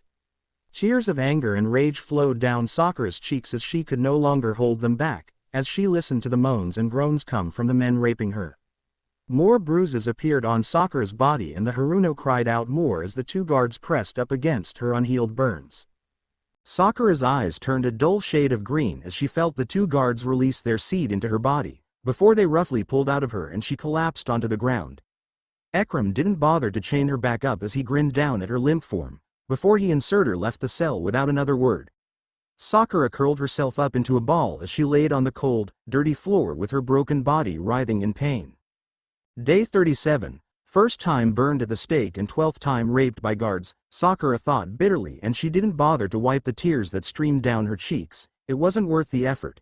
Sakura listened to the crack of the whip that seemed to echo into her cell and she closed her eyes, before exhaustion finally won out over her. Sakura's eyes snapped open when the door of her cell was slammed open and the teenager that she had seen earlier was pushed inside. Sakura looked down at her arms and noticed that her burns were better off and that only blisters remained. She didn't know how long she had slept for. Sakura pushed herself up into a sitting position and watched as Surtur punched the teenager in the face, resulting in him falling onto the ground. Ekram kicked the boy twice before he turned in Sakura's direction and gave her a dangerous smirk, before he headed over to her. Sakura could feel a hint of her chakra in her system and she focused it all into her right fist, uncaring on how little it was. Once Ekram was within arm's reach, Sakura's fist shot out and struck him hard in the stomach, causing the guard to double over in pain as he felt a few of his ribs break. Sakura didn't have time to celebrate her little victory before she found herself being kicked in the head by an enraged Surtur, who quickly turned his attention to his partner. Ekram coughed up blood and glared at Sakura, who had blood rolling down the side of her head where Surtur had kicked her. Surtur led Ekram out of the cell, but not before he turned to Sakura and shot her a dark look that promised a lot of pain in the future. Once the two guards had left, Sakura allowed herself to cry out in pain at the intense pain that had erupted in her skull where Surtur had kicked her. The Haruno's body tensed when she heard a raspy cough and she turned her attention to the fallen teenager, who looked to be around 16 years old. The boy was clothed in a pair of ratty pants and his skin was an unhealthy pale, white color which stood out promptly against his shaggy, black hair that reached just past his mid-back. Sakura noted the amount of cuts and bruises that were visible and she grimaced at the bloody, angry welts that were on his back. Sakura knew that he would have scars in the future from the whip's treatment. Well, if the boy lived to see his future. The boy swore in Romanian and Sakura remained silent as he tried to push himself up into a sitting position. She could clearly see how skinny he was. Sakura seriously doubted that the boy would last here much longer. "Esti bine?" Sakura spoke up quietly in Romanian and the boy snapped his head in her direction with distrust and suspicion burning in his dark eyes. Sakura didn't blame him for the caution, it was a natural instinct down there. A silence stretched between the two and Sakura conceded that he wasn't going to answer her, so turned her head to stare up at the ceiling. "Sini esti too?" The boy spoke up after a while and Sakura looked at him with a tired expression on her face. If he was talking 10 he had to be well enough, right? Sakura noticed that the boy wouldn't look in her direction and she wondered why, before she once again remembered that she was naked. "Sakura," she replied as she sat with her back against the cold wall and she pulled her knees up to her chest to block her private areas. The teenager looked confused at her response, before he glanced in her direction. Sakura rested her forehead on her knees as another silence fell upon the two captives. "Numele mu este Vladimir," the teen replied and Sakura raised her head to look at the boy. Vlad studied Sakura's abused form, but his eyes kept traveling back to her strange hair color. He could tell that she had it worse off than he did, especially by the healed burns and bruises that she was covered in. "Ma buker sa te kunosk," Sakura eventually said and Vlad couldn't help but let an amused smile to appear on his face. Sakura smiled at him and shook her head. There was nothing nice about meeting a person who was just as trapped as you were, but sometimes irony was the only way to bring back hope. Jan didn't know what to expect when he opened his eyes and found himself in a foreign room. His body felt like a dead weight and his throat was parched. How long had he gone without blood? The memories of Hellsing rushed back to him and he groaned in a mixture of pain and annoyance. He remembered now. That freelancer bitch had done something to him and now he was supposedly owned by her. That thought alone made Jan want to laugh. No one ruled him. "It's about time you woke up. I was starting to think that you didn't survive the Kai no Juin. That would have been a waste of time and chakra on my part." Sakura's voice spoke up from behind Jan, and the dark-skinned vampire slowly sat up to turn and face his current cause of irritation. His eyes widened slightly, but that didn't cause the deep scowl he had to leave his face. Sakura wore an unbuttoned white lab coat with a light blue V-neck shirt underneath it, along with a pair of faded jeans that hugged her curves graciously. She had on black high-heeled sandals and wore her hair up in a complicated bun with her bangs framing her face. Jan snarled at her, and Sakura looked up from her desk to raise one of her eyebrows at the vampire, in silent challenge. "Bitch, if ya know what's good for ya, you'd let me go now," Jan growled out, and Sakura stood up before she walked out from behind her desk to stand in front of Jan with her arms crossed over her chest. Despite being weakened, Jan was still a vampire, and that meant enhanced speed and strength. Jan jumped to his feet in a blur of motion and lifted up Sakura by her neck, her eyes turning red in a sign of bloodlust and rage. Sakura kept the stoic look on her face and ignored the pain that she was receiving from Jan's painfully tight grip. The freelancer slowly lifted her hand and placed her index finger on the base of Jan's throat, where the seal lied. Sakura pushed a small amount of her chakra into the seal to activate it, and no sooner had she done that, Jan dropped her and clawed at his neck where the seal was. He fell to his knees and yelled in pain, his eyes flickering back and forth from red to gold. Sakura stood over him with an impassive look on her face, before she slowly made her way back to her desk, where she began to mix various chemicals together. Jan glared at her and growled before he stumbled to his feet and tried to charge at her. Sakura didn't bother to look up at Jan, raised his fist to punch her, only to stop centimeters from her face. The vampire's body began to tremble and shake, before an invisible force shoved him back. Sakura sighed when Jan crashed into her wall, before she looked up and made a sound of annoyance in the back of her throat. "Okay, vampire, listen to me, and listen to me well, because I will not repeat myself. If you try to attack me, you will be doing yourself harm, and I really don't give a fuck. But I do care about the fact that you're banging up my office." Sakura spoke slowly as if she were talking to a small child, and Jan bared his fangs at her in retaliation, before a sudden coughing fit overcame him. Sakura watched him closely, before she suddenly appeared crouched down in front of her with a syringe filled with a blue liquid in her hand. Jan didn't have time to fight back as the freelancer suddenly lodged the syringe into the side of his neck, injecting the foreign liquid. Jan coughed and tried to pull away from her, but then suddenly stopped when the burning in his throat slowly eased up and his eyes returned to their original golden color. "What the fuck did ya just put in me?" he snapped, and Sakura rolled her eyes, before she put the empty syringe in her pocket and stood up straight. Jan didn't like being ignored and grabbed her wrist in a tight hold. Sakura grabbed Jan roughly by his hair with her free hand and growled in a threatening manner, which left Jan speechless. "Look, you stupid motherfucker, I'm not a person who you want to test.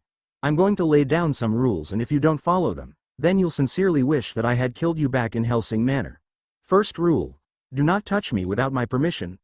Sakura spoke in a low tone, and sweat rolled down the side of Jan's face, before he nodded mutely. "Second, you will not drink from humans," Sakura said, and Jan snarled at her as he fought against her grip. She was trying to starve him. Sakura allowed her chakra to enter Jan's body, and he cried out in pain as the energy wreaked havoc upon his organs. "The liquid I injected you with a few moments ago will work as a blood substitute, so relax. Third rule: you will not interfere with any of my plans or anything I do," Sakura explained to him with a very serious tone, and Jan mentally questioned, what exactly did she mean by that? "Fourth, you will do exactly as I say. No questions asked." The freelancer smirked when she saw the color drain from Jan's face. She had been right about him. He was like another Hidan. He thrived on being able to do exactly as he pleased. "Fifth, you will not refer to me in terms of disrespect, or I will cut your tongue from your mouth, then castrate you. Understand?" Sakura finished, and Jan could only stare at Sakura in shock. This woman was insane. Sakura let go of Jan's hair when he nodded his head faintly, and she took a step back, before she pushed a stray hair out of her face. "Bit." Jan caught himself quickly, and Sakura smirked when he struggled with a polite way to address her. "Woman, do y'all really expect me to obey all these rules like a common slave? If y'all really believe that bullshit, then you're a lot dumber than I expected you to be." Jan spoke in a dark tone, and Sakura gave him a hard stare, choosing to ignore the fact that he had basically called her dumb. "Oh, I have no doubt that you'll break some of these rules, if not all of them, But, that's what you expect when you break in a new pet. Trust me, you'll learn eventually, Sakura said in a nonchalant tone, and Jan opening glared at her when she referred to him as pet, but he made no move to approach her. Yeah, okay, whatever, you don't realize that I'll never truly listen to Ya, and I'd sooner watch you die than try to help Ya benefit in any way, shape, or form. Jan responded in a sharp tone, and the freelancer pulled a pack of cigarettes out of her lab coat pocket, before she brought one to her lips and lit it. Sakura took a long drag, before she slowly released smoke into the air. She put her cigarettes back into her pocket and stretched, allowing Jan to glimpse at a silver piercing on her navel. Good, then we are on the same page, Sakura responded in an even tone, before she turned back to her desk and began to sort through the papers and files that were strewn all over it. Jan scowled openly at the freelancer's back, but he didn't say anything. He had no more power, he was her pet. Walter stood in front of Alucard with a serious look on his face, while the No-Life King simply sat on his regal chair with an impassive look on his face. Walter glanced around the basement. Not a speck of blood could be detected from the invasion that had happened days ago. Walter's aged face took a weary look, and Alucard studied the old butler, before a low sign escaped his lips. You were thinking about her as well, Alucard stated, and Walter didn't bother to ask who he was referring to, because both he and the Count knew the answer to that silent question. Walter had long passed the age of being embarrassed, so instead he simply nodded his head. Tell me, Walter, how long has it been? I'm starting to lose track of time, Alucard commented, and Walter gave the Count a small smile. There was a double meaning in those words. It was an inside joke between him, Alucard, and Sakura. Miss Sakura is a difficult one to comprehend. She comes and goes as she pleases. Walter mused out loud, and Alucard allowed a small grin to form on his face. The Count crossed his legs and folded his hands under his chin with a thoughtful expression on his face. If I remember correctly, she was the one that knocked some sense into you in your youth, Alucard acknowledged, and Walter laughed good-naturedly as remembered how loud and brash he had been in his early days of Hellsing. The bloody blossom had to put him in his place a few times. But I wasn't the only one she had to discipline. You had your fair share of trifles with her, especially when you went into a berserk rage. That woman can be downright scary when she wants to be, Walter commented, and Alucard laughed loudly at the butler's statements. Those were good times. The butler and the elder vampire sat in comfortable silence for a long amount of time, before a large smirk began to cover Alucard's face, much to Walter's confusion. The No-Life King eyed the old butler with an amused gleam in his eyes, and Walter raised one of his eyebrows in question. So, is it true that she took your virginity? Alucard questioned, and Walter looked taken aback at Alucard's bluntly brash question. Walter couldn't say he was surprised at the question, but he had assumed that Alucard would already know the answer to it. That depends on how you will react to my answer, the butler responded in a clear tone, and Alucard began to laugh wildly, his voice echoing of the walls of the basement. Walter chuckled despite himself and shook his head at the Count. Walter, my old friend, you should know well enough by now that no one can control that woman, and she will do as she pleases without fail. Alucard responded to Walter's earlier comment on his reaction, and Walter his head in agreement. That you are correct about, I assure you, Walter commented with a far-off look on his face. He was brought back to reality when knock came from the door. Walter calmly opened the door to see a nervous Sarah's Victoria standing on the other side. Walter, Sir Integra requests your presence in her office, the blonde Draculina mumbled sheepishly, and Walter smiled at the young woman, before he turned to Alucard and bid the elder vampire a farewell and disappeared down the hallway. Police girl. The Count's voice stopped the Draculina in her tracks as she turned to leave her master's chambers. Sarah's turned around and gave her master a nervous smile, before she slowly walked into his room and closed the door behind her. Why, yes, master? Don't ever forget, Alucard spoke to her in a serious tone, and Sarah's looked confused at her master's comment. Don't forget what, master? The Draculina questioned, and Alucard lifted his head to stare up at the ceiling with a sort of faraway look on his face that Walter had shown not long ago, before he had left. Everything. Jan was abruptly brought from his slumber by the smell of blood, and lots of it. He stumbled out of coffin that Sakura had so graciously lent him, and he trudged across the dark room and swung the door open, which led into a hallway. Jan knew the sun was up and it was making him a lot weaker, but he wanted to know what the source of all the blood was. He slowly made his way down the hallway, stopped in front of a closed door where the scent of blood seemed to be strongest. Jan slowly opened the door and his reflexes kicked in just in time to avoid a kunai that would have embedded itself into his forehead. His eyes widened slightly at pale Sakura, who was breathing heavily and was losing a large amount of blood that couldn't be considered healthy. The dark-skinned vampire began to approach the freelancer, but stopped short when the woman held up her hand. "What happened to you, bitch?" Jan asked in a rude tone. The lack of rest was making him cranky and making him forget Sakura's rules. Sakura growled under breath, but didn't bother to correct the vampire. She had bigger things to worry about, like not losing consciousness. "I don't have time to deal with you. Go back to sleep," Sakura growled out through gritted teeth as she leaned against her desk, uncaring that blood was soaking the papers on her desk and staining her carpet. Jan stared at the woman in front of him with a look of sheer disbelief on his face.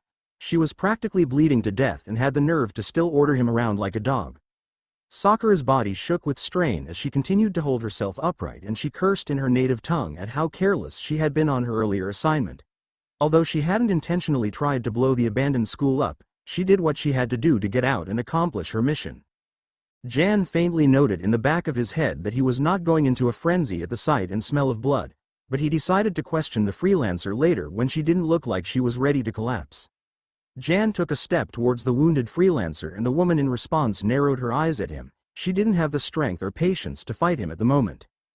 "Vampire, I suggest you review the rules I told you earlier, or I swear on every holy deity that exists that I will make you suffer," Sakura threatened in a dark tone that Jan somehow managed to ignore, before he placed his hand on her shoulder to keep her steady. "Look, bitch, I don't fully understand how this damn seal thingy works, and I'm assuming that if you die, I die. See, that's where we have a problem.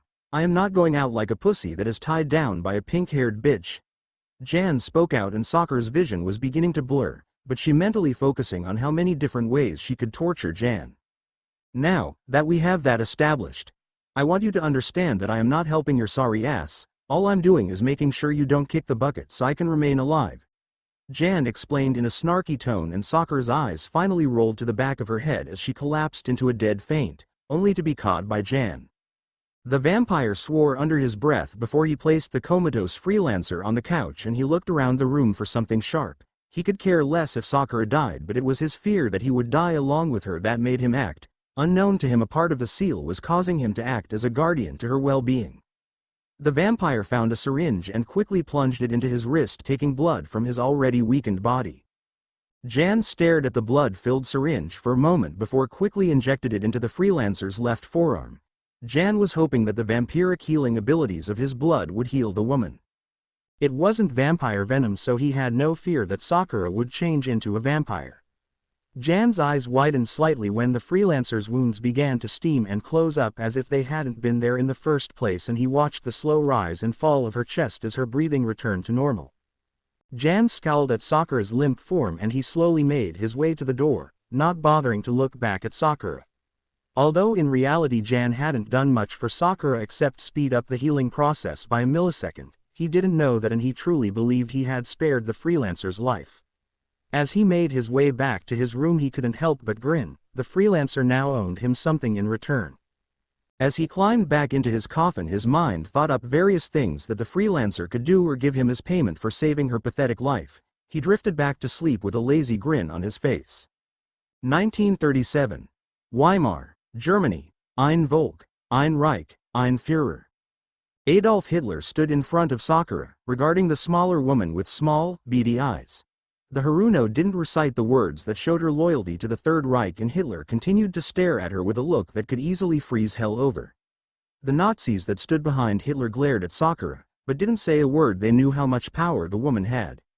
"You speak out against the order?" Hitler questioned Sakura in rough English, and Sakura didn't hesitate to nod her head. The things she had seen and done would haunt her for the rest of her life, and she was tired of it. "You were the commanding officer that was in charge of Buchenwald, correct?" Hitler questioned, and Sakura nodded her head again as she fingered the berettas she had on her waist. She didn't want to play any of Hitler's games.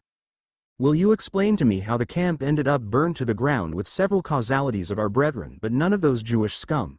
Hitler spat out the last two words with venom, and Sakura narrowed her eyes at the mad German. "I killed them, the Nazis I mean, and I destroyed the camp.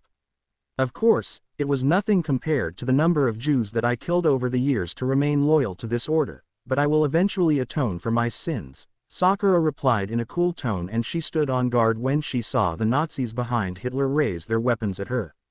Hitler shook his head and made a tisk sound before he looked at Sakura with an expression that bordered regret. You were one of the best officers I've ever had, Miss Sakura. You were like a daughter to me. I thought that you would be the one to take over after I die. It is a shame what everything had come to.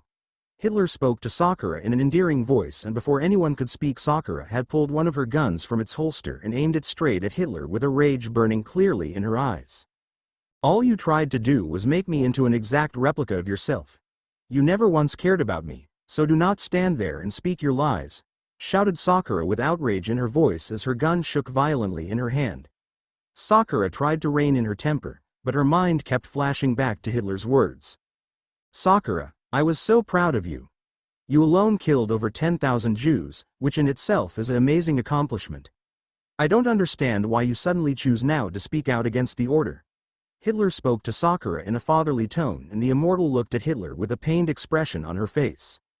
Because I remembered who I was and all that I used to stand for. I realized that who I am now is the polar opposite of who I used to be, and I don't like it. I know that I can't change all the things that I've done or bring back all the Jews I've killed, but I do have time to right my wrongs and atone for my sins. Sakura replied to the German leader with clarity written strongly in her tone, and Hitler openly scowled at her. What brought on this sudden realization? Sakura, there was nothing wrong in you purifying the world of these filthy Jews, snapped Hitler, and Sakura shook her head violently, before looked at each of the Nazis behind Hitler. So similar, so obedient. Hitler's dogs. That is your opinion, Hitler.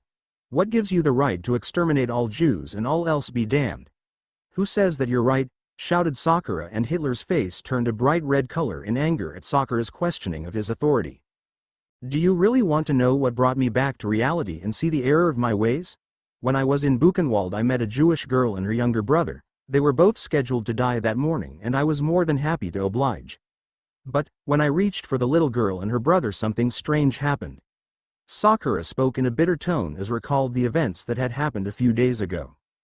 They began to cry, and the girl said something that I will never forget. She said, "Please don't kill us. We promise not to be Jew anymore. Please let us go." It made me wonder what could make you so terrified, so ashamed of your race that you have to promise to be something else. What gives me or anyone else the right to kill others based on their heritage? Sakura spoke in a soft tone, and Hitler swore at her in German. And so you had a change of heart, all because of the words and pleas of disgusting Jewish children. Have you no shame, woman? Snapped Hitler, and Sakura closed her eyes before letting out a deep sigh, before she focused her gaze on Hitler once more. No, I guess I don't. My friends and family would hate to see what I've become, but I swear on their souls that I will repay my life debts. That means starting with the Third Reich, Sakura stated, and Hitler looked at her one more time, before he shook his head and sighed.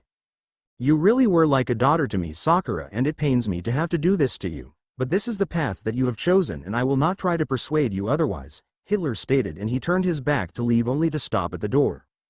Toten Sai, Hitler commanded in a low tone before he left the room, with Sakura facing roughly 12 heavily armed Nazis, who she had known for as long as the order had been around. Sakura stood in front of her ex-comrades and spoke a simple phrase that resulted in gunfire being released into the office. Ein Bedorn, ein Bussen, ein Sturban. Sir Integra stood in front of the painting. Night in the Battle of the Milvian Bridge, a beautiful piece by Castor. Clothed in a regal grey suit with a hat to match, the Hellsing heiress looked ready to negotiate with the devil.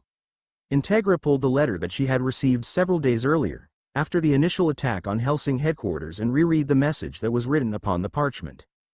Dear Sir Hellsing, leader of England's Royal Protestant Knights.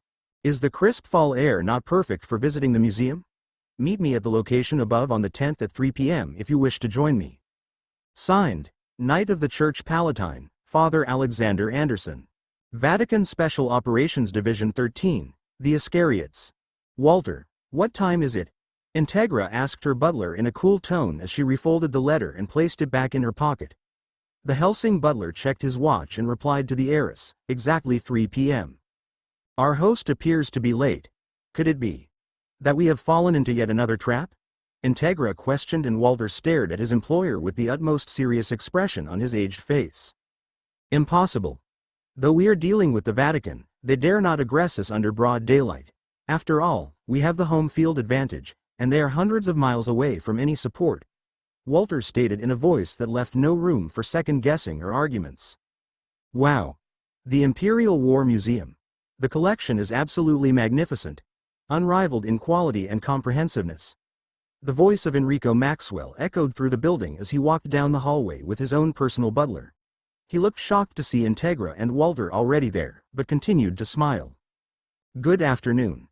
Sorry to have kept you waiting, Maxwell commented as he continued to approach Integra, but the Hellsing heiress stopped in his tracks when she spoke. Do not approach me further. What business here does Iscariot have? How dare they send a raucous little boy to represent their band of murderers? Integra questioned in a serious tone, and Maxwell looked taken aback before he grinned slightly. Don't you think you're going a bit far, lady? I certainly do not feel welcomed, Maxwell commented as he pulled off his glasses and bowed in front of the Hellsing heiress as a formality. Allow me to introduce myself. I am the commander of Division 13, Enrico Maxwell. Pleased to meet you. Maxwell spoke in a charming tone, but Integra was having none of that. State your business. Self-introductions are not necessary, she stated in a firm tone, and Maxwell held up his hands in a show of surrender, showing that he meant no harm. Please don't be angry. I am not here to start a conflict.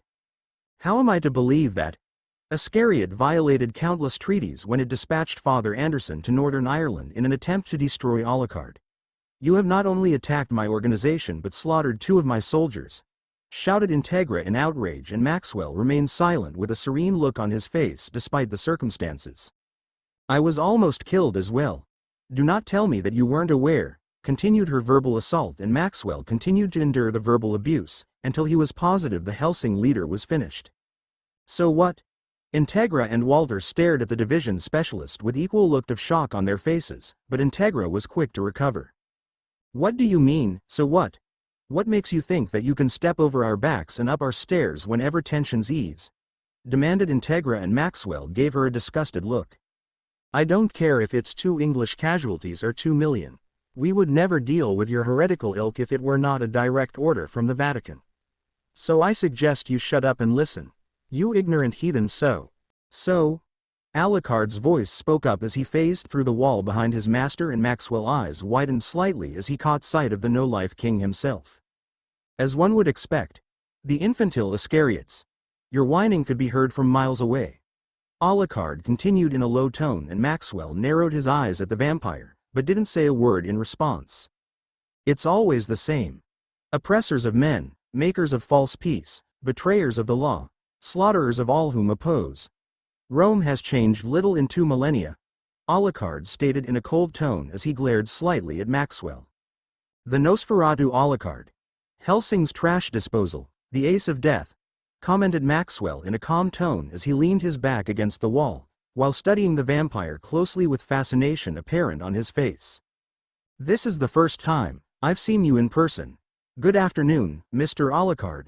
Maxwell spoke in a polite tone, and Alucard stared at him with the lens of his glasses obscuring his eyes, so none could see. Good afternoon to you as well, Maxwell, Alucard said in an equally polite tone before he bowed his head and pulled his gun, the jackal, from his pocket and pointed it at Maxwell with a dark look on his face. How dare you call my master a swine? Don't think that you'll be leaving England alive, for I shall kill you, bastard.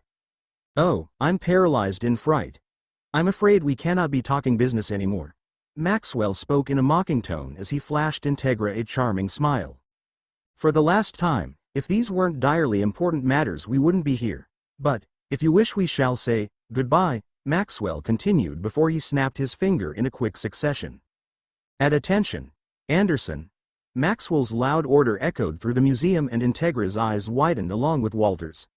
The heavy thud of boots could be heard, and only a few seconds later could Anderson's form be seen with a blinding glint on his glasses. The priest pulled bayonets from his long trench coat and held 4 upright between his fingers and pointed one down towards the floor. Thou shalt break them with a rod of iron. Thou shalt dash them in pieces like a potter's vessel. Be wise now therefore, O nay kings. Be instructed, nay judges of the earth. Anderson recited the prayer in a grave tone, and Maxwell's eyes widened as he watched the priest walk forward with utmost concentration. Integra stared at Anderson with shock as Maxwell yelled at the priest to stop, but the taller man paid him no mind. I shall purify all with a single blow. My enemies stand before my eyes. Who shall mourn for Division 13? Who shall mourn the Vatican? Anderson commented with a crazed look on his face, and Maxwell gaped at the priest in shock, before both his and Integra's eyes widened at the sound of Alucard's insane laughter. Come on, it's time we got to know each other, Judas Priest, laughed Alucard as he pulled his other gun, casual, from his jacket and held it against the jackal, forming an upside-down cross, while Anderson held his bayonets in a way that formed an upright cross. This time will be different, demon. Anderson roared with laughter, and Integra gasped lightly, while Maxwell continued to yell and order for Anderson to stop. Neither the priest nor the vampire paid attention to Maxwell as they focused intently on each other. Sakura's eyes snapped open in a quick succession, and she quickly sat upright, instantly regretting her actions when she felt a wave of nausea wash over her. The freelancer quickly gathered her senses and stood up, not bothering to change out of her bloody clothes as she stormed out of her office. Sakura quickly made her way towards Jan's room and promptly shattered his door with a single flick of her finger. The Haruno snapped open his coffin and pulled the newly awoken vampire from his bed. What the fuck? Shouted Jan in outrage, but he quickly shut up when he saw the fire burning in Sakura's eyes. The freelancer didn't say a word as she used her superior strength to toss him against a wall, uncaring of the damage that she was causing to her house. Jan, still weak from being woke up so abruptly, didn't have time to defend himself before Sakura embedded her fist into his stomach and the dark-skinned vampire coughed up a large amount of blood. Sakura ignored the crimson mess before she lifted Jan off the floor by his neck, which was amazing considering the fact that he was a foot taller than her. Jan groaned and glared weakly at the freelancer, but didn't speak. First rule, do not touch me without permission, Sakura stated in a dark tone before she forced her chakra into his body and heightened Jan's sense of touch to the point where the slightest pinch would cause him a great amount of pain. Sakura tightened her hold on his neck slightly and Jan roared in pain as he struggled to free himself from her grip, but Sakura didn't budge in the slightest. Third rule, do not interfere with any of my plans or anything I do, the freelancer continued, and she placed her index finger on Jan's temple before her chakra surged into his brain and screwed around with his sensory nerves. Jan's eyes rolled into the back of his head as he yelled and pleaded for her to stop. Sakura didn't acknowledge the vampire's request. Fourth rule, you will do exactly as I say. No questions asked.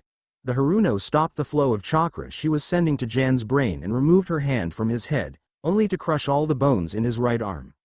Jan's gold eyes bled crimson and his fangs grew longer as he struggled harder against Sakura, but the pinkette only smirked.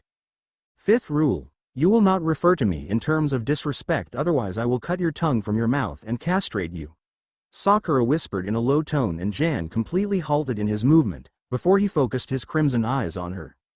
But, considering the fact that you didn't break the second rule, I will spare you of that painful experience. Sakura enlightened, and Jan began to breathe again, only to glare at Sakura with hell's fire burning brightly in his crimson irises. Woman, I saved your life. If not for me you wouldn't be alive right now, shouted Jan, and Sakura raised one of her eyebrows at his statement, before a crazed grin crossed her face and she began to laugh.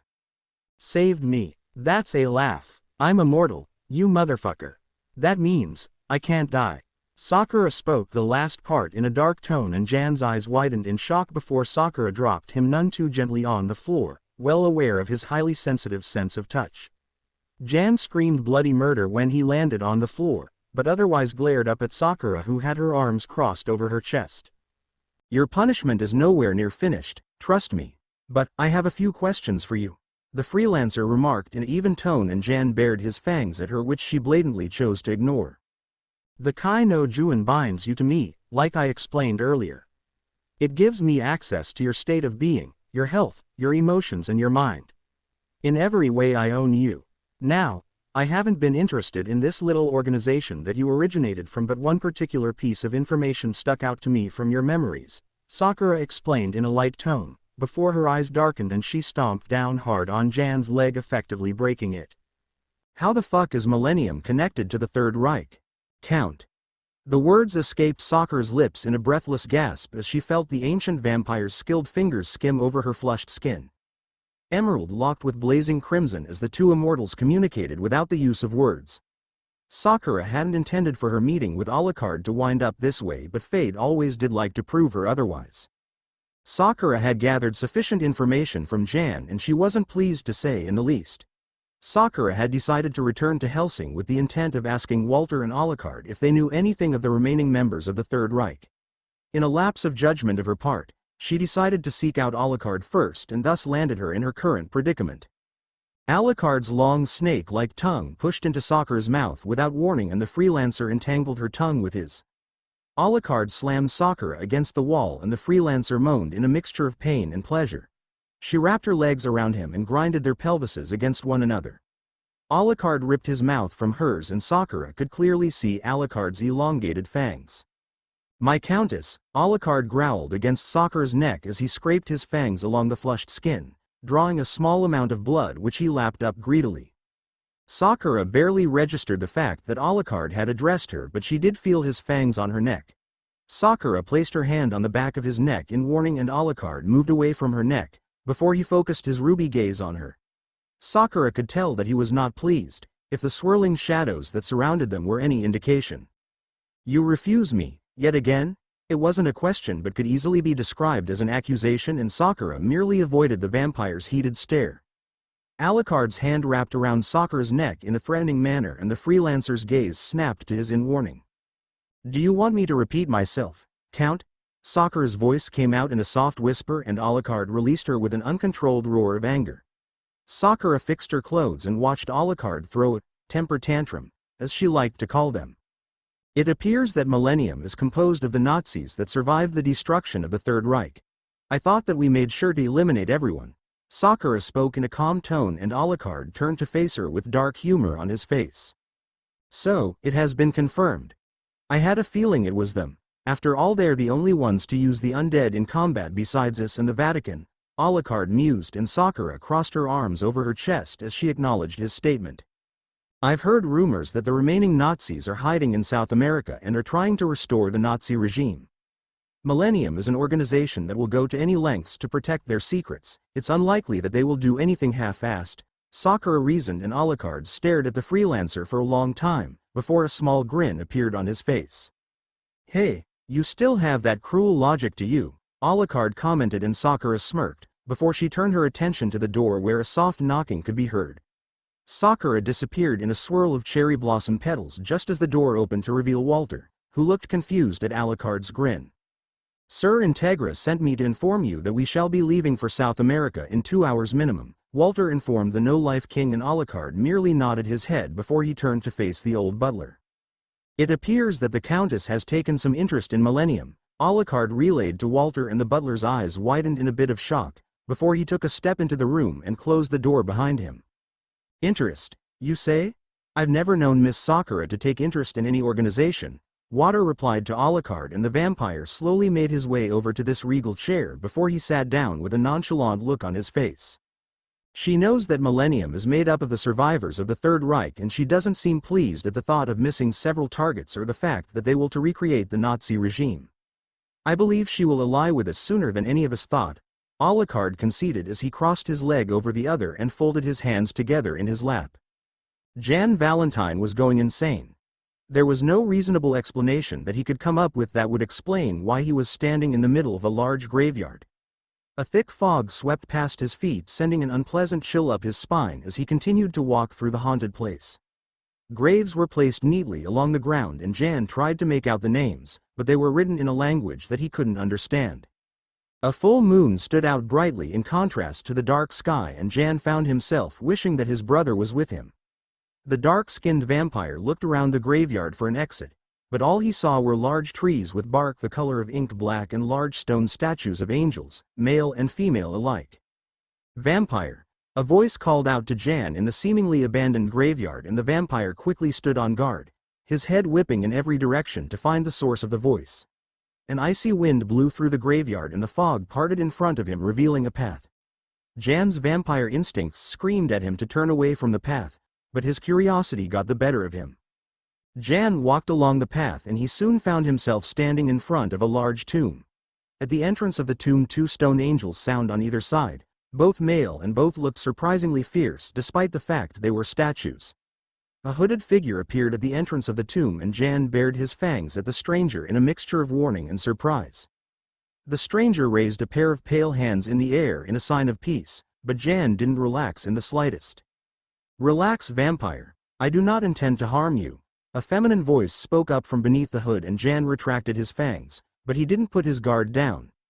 The stranger motioned for Jan to walk into the tomb and Jan reluctantly followed, scowling in distaste as the smell of rich earth and heavy incense assaulted his nose. "Who are ya and where am I?" Jan was met with silence and he growled loudly, reaching out towards the stranger intent of getting answers. The stranger suddenly stopped and Jan noticed that they were in a much larger room with torches on the walls that blazed to life with white fire. A steady stream of blood ran down the walls in a stream of some sort, but what really caught Jan's attention was the enormous cage that seemed to be made from bones. "Come to me, vampire." A deep voice echoed from within the cage and Jan felt fear grip his unbeating heart, but his body moved on its own accord as he slowly found himself approaching the intimidating cage. Who the fuck are ya? And, what do ya want from me?" Jan's voice trembled slightly and he visibly flinched as a loud demonic laughter erupted from the cage, before a pair of bright crimson eyes locked with his own golden orbs. A man who was a good few inches taller than Jan stepped forward from the other side of the cage, his slitted pupils staring at Jan intensely before a smirk crossed his tan face, revealing the rows of his razor-sharp teeth. The man was what most women would consider attractive if you get over the demonic aura and obviously predator-like attributes. He had hair the color of blood and reached down his back in a spiky mess and bulging muscles that could promise pain for anyone who pissed him off. "You don't ask the questions here, little vampire," the man replied with a dark tone and Jan wisely chose to keep his mouth shut. The hooded stranger walked towards the cage and the man threw the bars to caress the stranger's face with a soft look on his face, before he turned his attention to Jan with a serious expression on his face. "I am the Kyubi no Yuko, better known as a fox demon. I have summoned you here to discuss the woman known as Sakura Haruno." Jan stared at the man with an incredulous look on his face before he began to laugh, much to the demon's displeasure. The vampire locked eyes with the fox demon before he shook his head and turned his attention to the hooded stranger, who yet to speak to him again. "Okay. Joke's over. There's no way that I'd help that stupid cunt. She can rot in hell for all I care. Better yet, she can choke on her blood as I rape the life out of her and piss all over her. Now, tell me who ya people really are before I slaughter the both of ya." Jan snapped once he had gotten over his hysterics, but his threat died down in his threat when he felt a terrifying amount of killer intent flare up in the air. Jan's eyes focused on the Kyubi, whose face was twisted into that of a snarl, and the vampire took a step back as the flesh melted away from the enraged demon's body. "What the fuck?" Jan's voice came out in a whisper as the man before his size grew in to accommodate the enormous cage. The Kyubi fell down on all fours and his mouth opened in a large roar, which knocked the horrified vampire off his feet. The sickening sound of bones snapping and reshaping themselves to match the Kyubi's gruesome transformation sounded loudly through the otherwise silent room, and Jan found himself shaking in unadulterated fear. Fiery orange-red fur began to cover the Kyubi's body and slowly tails began to sprout from his lower back. The cage grew larger as the Kyubi continued to grow in size, and Jan crawled backwards in a feeble effort to escape the demon's wrath. The demon's pupils retracted from each of his eyes and they turned an unholy black color. With one final roar, the Kyubi finished his transformation and released a wave of foul red chakra that burned Jan's skin. The cocky vampire screamed in pain as his flesh sizzled and he turned his attention to the monstrous fox that stood before him on the other side of the cage, all 9 of its great tails swishing behind it dangerously as it glared into Jan's eyes. "Vampire, you have made a grave mistake," Kyubi growled out, and Jan whimpered in pain as the Kyubi's malicious chakra ate at his skin. The stranger stepped in front Jan to block the Kyubi's assault on the vampire, and the fox demon roared in outrage. Jan stared up at the stranger with a mixture of confusion and relief, but his relief was short-lived when the stranger removed their hood and revealed their identity as none other than the freelancer herself. "Vampire, when will you learn that it is better to think before you speak? You are lucky that I am feeling merciful, or else I would have let Kyubi-kun tear you limb from limb. Now, stand up and be silent or I will kill you." The pink-haired woman spoke up in a deadly calm tone and Jan begrudgingly followed the Immortal's orders. Now to answer your earlier questions, I am Sakura, but I am not the Sakura that you are familiar with. I am her inner, or alter personality as people these days like to call it. We are in her mind. Well, actually not exactly her mind, but more of a place where pure spiritual chakra from others can contact us without disrupting the outer's conciseness. The other Sakura doesn't know about me calling you here and I want to keep it that way, inner Sakura explained in an uncharacteristically serious tone. Y'all still haven't told me why I'm here in the first place, Jan shouted in rage and Kyuubi growled in warning, which Jan bravely chose to ignore. Inner Sakura directed her gaze on the vampire before she sighed and crossed her arms over her chest. The reason that I've called you here is because I need your help. Sakura stood in the middle of her destroyed office, panting heavily with a tormented look on her face. The freelancer slowly slid to her knees with her back leaned against a wall as she gripped her hair tightly in her hand, cursing in every language she was familiar with. The Immortal reached into the remains of her desk and she pulled out a large green bottle that had the words, "Absinthe," written on the label in fancy cursive with a seductive green fairy beneath it. Sakura didn't hesitate to down the contents of the bottle as soon as the cap went off and she winced slightly as the sharp, potent liquid scorched her throat. She pulled the bottle away from her lips and looked up at her ceiling with half-lidded eyes. The freelancer closed her eyes fully with a sigh as she took another long drink from the bottle, scowling lightly when she felt her chakra begin to ruthlessly destroy the effects of the very potent alcohol. How the mighty have fallen.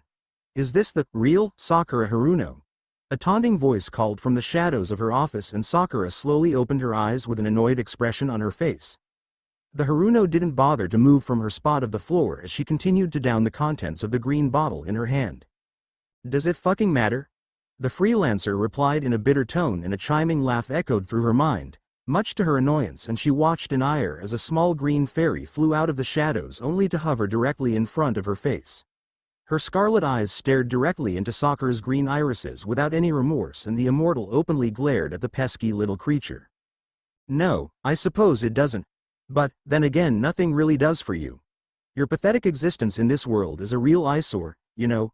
I really wish that you'd hurry up and die, the green fairy replied with a giggle, and Sakura smirked before she reached out her hand to grab the fairy, but the fairy disappeared from her sight. You and me both, cat. Now, enough of these games before I get really mad, Sakura replied in a low tone before she received a light chuckle as her response and boy around the age of 12 materialized in front of her, clothed in a simple white t-shirt and black dress pants along with military boots. Ah, come on, you're no fun, Sakura. The strange boy whined and Sakura rolled her eyes as she continued to abuse her liver.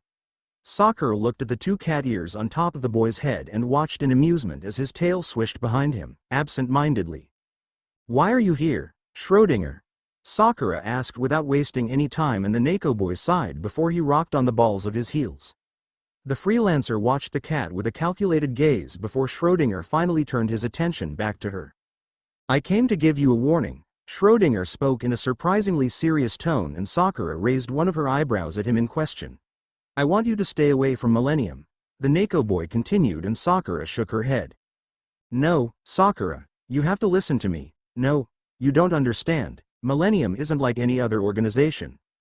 I don't care.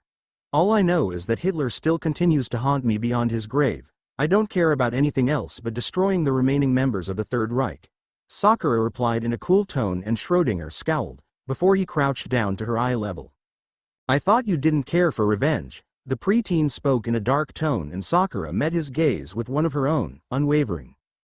There is a difference between revenge and redemption, Schrödinger. You may be old, but you are nowhere near as old as I am, so do not try to lecture me, Sakura replied in a deadly serious tone, and Schrödinger looked torn before he stood up straight with a smirk on his face.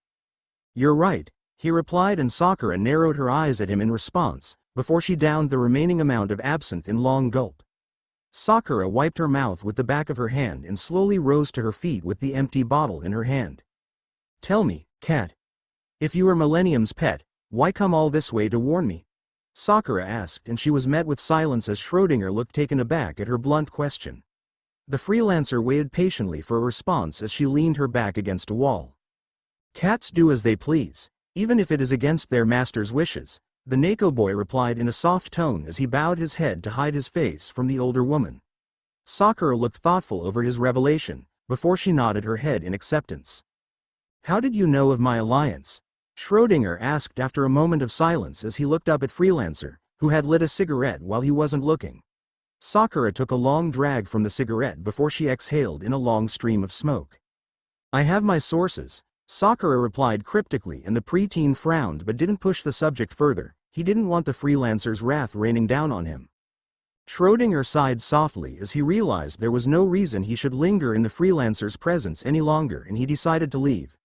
As he began to disappear, he faintly heard the Freelancer whisper a small, "Thank you." South America? Jan repeated Sakura like a parrot, and the Freelancer rolled her eyes before she nodded her head slowly as if Jan were a small child and not a full-fledged vampire. The Immortal leaned back in her chair and stared up at the ceiling with a thoughtful expression on her face. Rio de Janeiro, Brazil to be exact. We are going hunting. Sakura's eyes took on a feral look as she spoke the last part before she quickly shook her head and turned her attention back to Jan, who was uncharacteristically quiet. Sakura rose one of her eyebrows at the vampire in question at the vampire's silence, before he merely shrugged his shoulders. Whatever you say, lady. I don't give a damn, Jan replied in a surprisingly nonchalant tone, and Sakura narrowed her eyes before she leaned forward in her seat to study the dark-skinned vampire. You're being surprisingly cooperative, vampire. What had brought on this sudden change of heart? She asked in a serious tone, and Jan studied the pinkhead before he shrugged his shoulders once again. He placed his hands in his pockets and looked around the office with a look of boredom on his face, while Sakura studied his profile with open suspicion. I fed your brother to Alucard's familiar, Sakura revealed suddenly, and Jan's body stiffened, but he still didn't turn to look at Sakura. It was really pathetic to watch, actually. He talked a lot about being superior to everyone, but in the end all wound up being was dog shit. Sakura continued in a nonchalant tone, and Jan's eyes flickered a deep scarlet color as he gritted his teeth. I made your brother my bitch, Sakura mocked with a cruel smile on her face, and Jan's head snapped in her direction.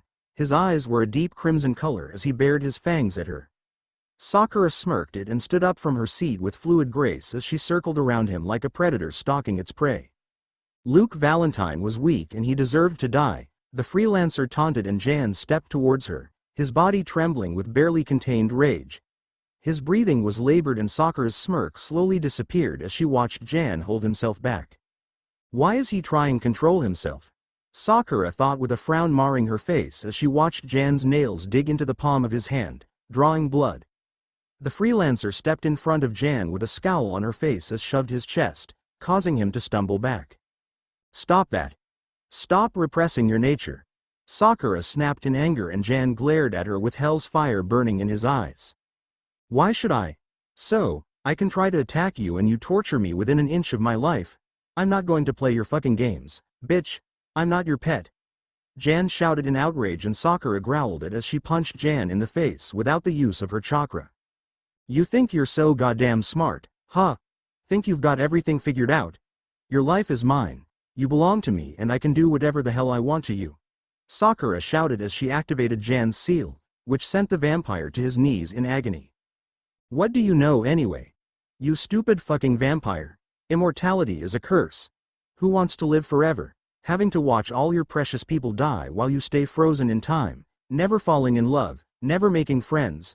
You gain nothing, but you lose everything. Sakura continued her rampage as she slammed her fist straight through her desk, breaking it again just as she had done a few hours earlier.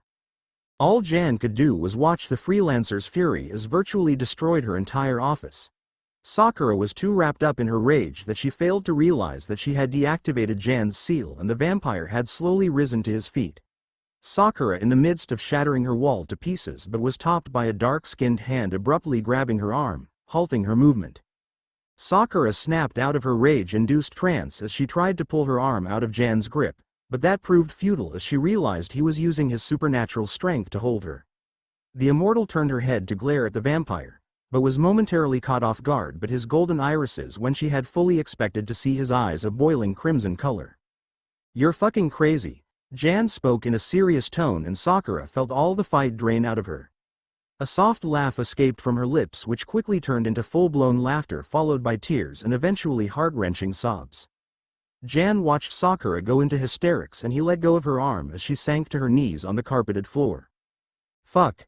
I hate you, vampire," Sakura cried as she tried to wipe her eyes and gain control over herself. The dark-skinned vampire merely crouched down beside Sakura and watched the woman cyclone through a series of emotions. "Do you see what I mean now, vampire? This is what happens when you live too long. You slowly lose yourself to time even as your body remains frozen." Inner Sakura's voice infiltrated Jan's mind, much to the vampire's surprise, and Jan frowned. "Well, what the fuck do ya suggest I do? This bitch is beyond help, not that I even agreed to do that." Jan's thoughts were biting and he groaned when he felt an intense pain flood his mind, much to his displeasure. Sakura's body suddenly went rigid and her pupils dilated, before she turned to look at Jan. Her hand snapped forward so fast that the vampire didn't have time to dodge as the freelancer grabbed him by neck and slammed him onto his back. Sakura's pink hair slipped free from the loose bun she had confined it in and it fell around her and Jan like a curtain. "What the fuck?" Jan growled as he tried to remove Sakura from his person, but the Immortal was using Chakra and easily overpowered Jan. Sakura leaned down close to Jan with a stoic expression on her face. She moved her free hand to her mouth and bit down hard on her wrist, drawing blood. Jan's eyes widened as the rich smell of Sakura's blood hit his nose, causing his eyes to bleed crimson once more. Her blood was more potent than a virgin's. The freelancer moved her bleeding wrist away from the vampire and Jan watched as the ruby droplets ran down her arm and fell onto the carpet in a fluid motion. It was entrancing. "A single drop of my blood could sustain you for many years, but it could very well drive you into madness. I am far older than you, far older than the Count and all of these petty organizations combined." Inner Sakura's rich feminine voice escaped from Sakura's lips and Jan reluctantly turned his attention away from the sight of the freelancer's addictive blood to look at her. "I will not beg you for help, vampire. But I can make you stronger at a price." Inner Sakura's voice was surprisingly soft in the otherwise quiet room and Jan merely closed his eyes and inhaled the rich scent of the Immortal's blood again. "What price?" Jan asked after a while and he felt Inner Sakura shift above him so she was straddling his waist, while still retaining her tight grip on his neck. Sakura's hair brushed against his cheek and Jan's eyes slowly opened just as Inner Sakura's lips met his, allowing her chakra to surge inside him, bringing forth memories that she couldn't forget no matter how much she tried. 1821. Siberia. Russia. Blood stained the white snow and Sakura laid withering in pain on the bloodied ground as the group of men continued to kick her mercilessly. The freelancer coughed up an alarming amount of blood as she tried to pick her exhausted body off of the ground. She heard a muffled cry to her right and she glanced in that direction to see the horrified expression of her friend, Elizabeth Clark. "I never meant for this to happen. I'm so sorry, Sakura," Elizabeth sobbed and Sakura closed her eyes as a particularly hard kick was aimed at her ribs. Two of the men hauled Sakura to her feet and one of them cursed when they saw Sakura's skin knit back together from what had been a severely deep cut. Liza was right. This woman isn't human. One of the men shouted in anger and Sakura bowed her head in order to avoid looking at their faces, especially Elizabeth's.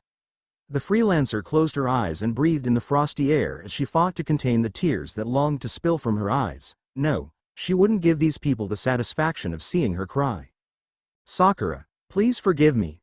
Elizabeth's voice echoed in the freelancer's head and Sakura found herself looking up to lock eyes with the brunette's hazel gaze. Elizabeth's eyes were flooded with tears but none of them were for Sakura. The freelancer knew that for certain. It doesn't hurt anymore," Sakura wheezed out before a sudden pain erupted in her chest, causing her to violently cough up blood and she smiled weakly when she felt the last remnants of her chakra disappear from her system. It was now official, she was on the verge of dying and her chakra was preparing for the reconstruction of her body.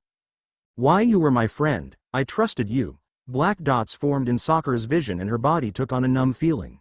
Her nerve endings slowly shut down. Elizabeth shook her head and took a step back away from Sakura, almost as if she were afraid of the freelancer. "I told you my secret, you betrayed me." Sakura fell onto the ground as the men let go of her. She managed to turn onto her back as she stared up at the sky wondering when it had begun to snow. "No, it doesn't hurt anymore." Sakura spoke so low that she was certain that no one heard her and she closed her eyes, welcoming the darkness with open arms knowing that it would take her away from the pain. Sakura pulled back from Jan's form as the vampire's eyes rolled into the back of his head. The freelancer unzipped Jan's jacket and lifted up his shirt to reveal his dark skin to her view. She placed her hand on his finely shaped abdomen before she used her other hand to drench her finger in her own blood from her still bleeding wrist. I really hope you don't die, vampire. All of this would be such a waste. Inner Sakura spoke out loud as she began to draw a large seal on his abdomen. The freelancer took her time completing the seal before she placed her hands together to form a ram seal. Kachiyose no Justu. Just as the words slipped from the freelancer's mouth, a surge of demon chakra escaped from her and moved directly into the seal that was on Jan's stomach. The vampire began to thrash around and howl in pain, but Inner Sakura kept him pinned down even as the foul chakra continued to leave her body. Once all of the demonic chakra had left the immortal's body, the woman slipped off of Jan's body and wrapped her arms around herself at the sudden loss of spiritual chakra within her. Inner Sakura looked at Jan's still form and watched with a pained expression as the seal glowed once before it disappeared into his skin as if it didn't exist. Don't die, Inner Sakura commanded Jan, well aware that he probably couldn't hear her. Inner Sakura sat with her back against the wall as her eyes slowly drooped close from chakra exhaustion. Before she retreated back into the recesses of outer Sakura's mind, she looked at Jan one last time and a ghost of a smile appeared on her face when she felt the faintest traces of chakra make itself known in Jan's system. Jan's eyes were swimming with bloodied tears as he gripped at his head to keep from screaming at the madness that was Sakura Haruno's life. Her memories kept assaulting him at various angles, some of which he wouldn't even wish on his worst enemies. He couldn't even begin to grasp at how she was able to handle all of this without her mind imploding on itself. Fuck! Jan's yell echoed through the memories, but that did nothing to stop their vicious assault upon his mindset. Jan closed his eyes and pressed his hands to his ears, trying to block all of it out. There was no end to the madness, and Jan felt that he wouldn't last much longer under this cruelty, all of the injustice, pain and sheer inhumanity. Just as Jan felt he was going to be washed away with all of Sakura's memories, something grabbed him and yanked him out of ocean of insanity. Jan opened his eyes and found himself looking up at the Kyuubi no Yuko in all of its demonic glory. The Kyuubi's tails swished behind him in a whirlwind of destruction, but Jan found that he couldn't form any coherent words. Well, vampire, how does it feel to meet the incarnation of insanity itself? Kyuubi's voice was mocking as he smirked, showing rows of razor-sharp teeth that wanted nothing more to do than to tear the pathetic vampire apart. Jan opened his mouth to speak, but no words came out, so instead he merely shook his head with an uncomprehending expression on his face. Kyuubi stared at the vampire's silent form before a loud growl rippled through his body. Speak! Roared Kyuubi in outrage, and his chakra swirled around violently, causing Jan to gasp for breath as the great demon expressed his displeasure. Jan looked at Kyuubi, his golden irises meeting Kyuubi's crimson with no fear. I didn't know, was all Jan said before the vampire's eyes rolled to the back of his head and his body collapsed into a heap on the floor. One of Kyuubi's tails lifted Jan up and the fox demon rolled his eyes. No one ever does, vampire. And, from the looks of it, you've only seen a minor fraction of what Sakura is going through.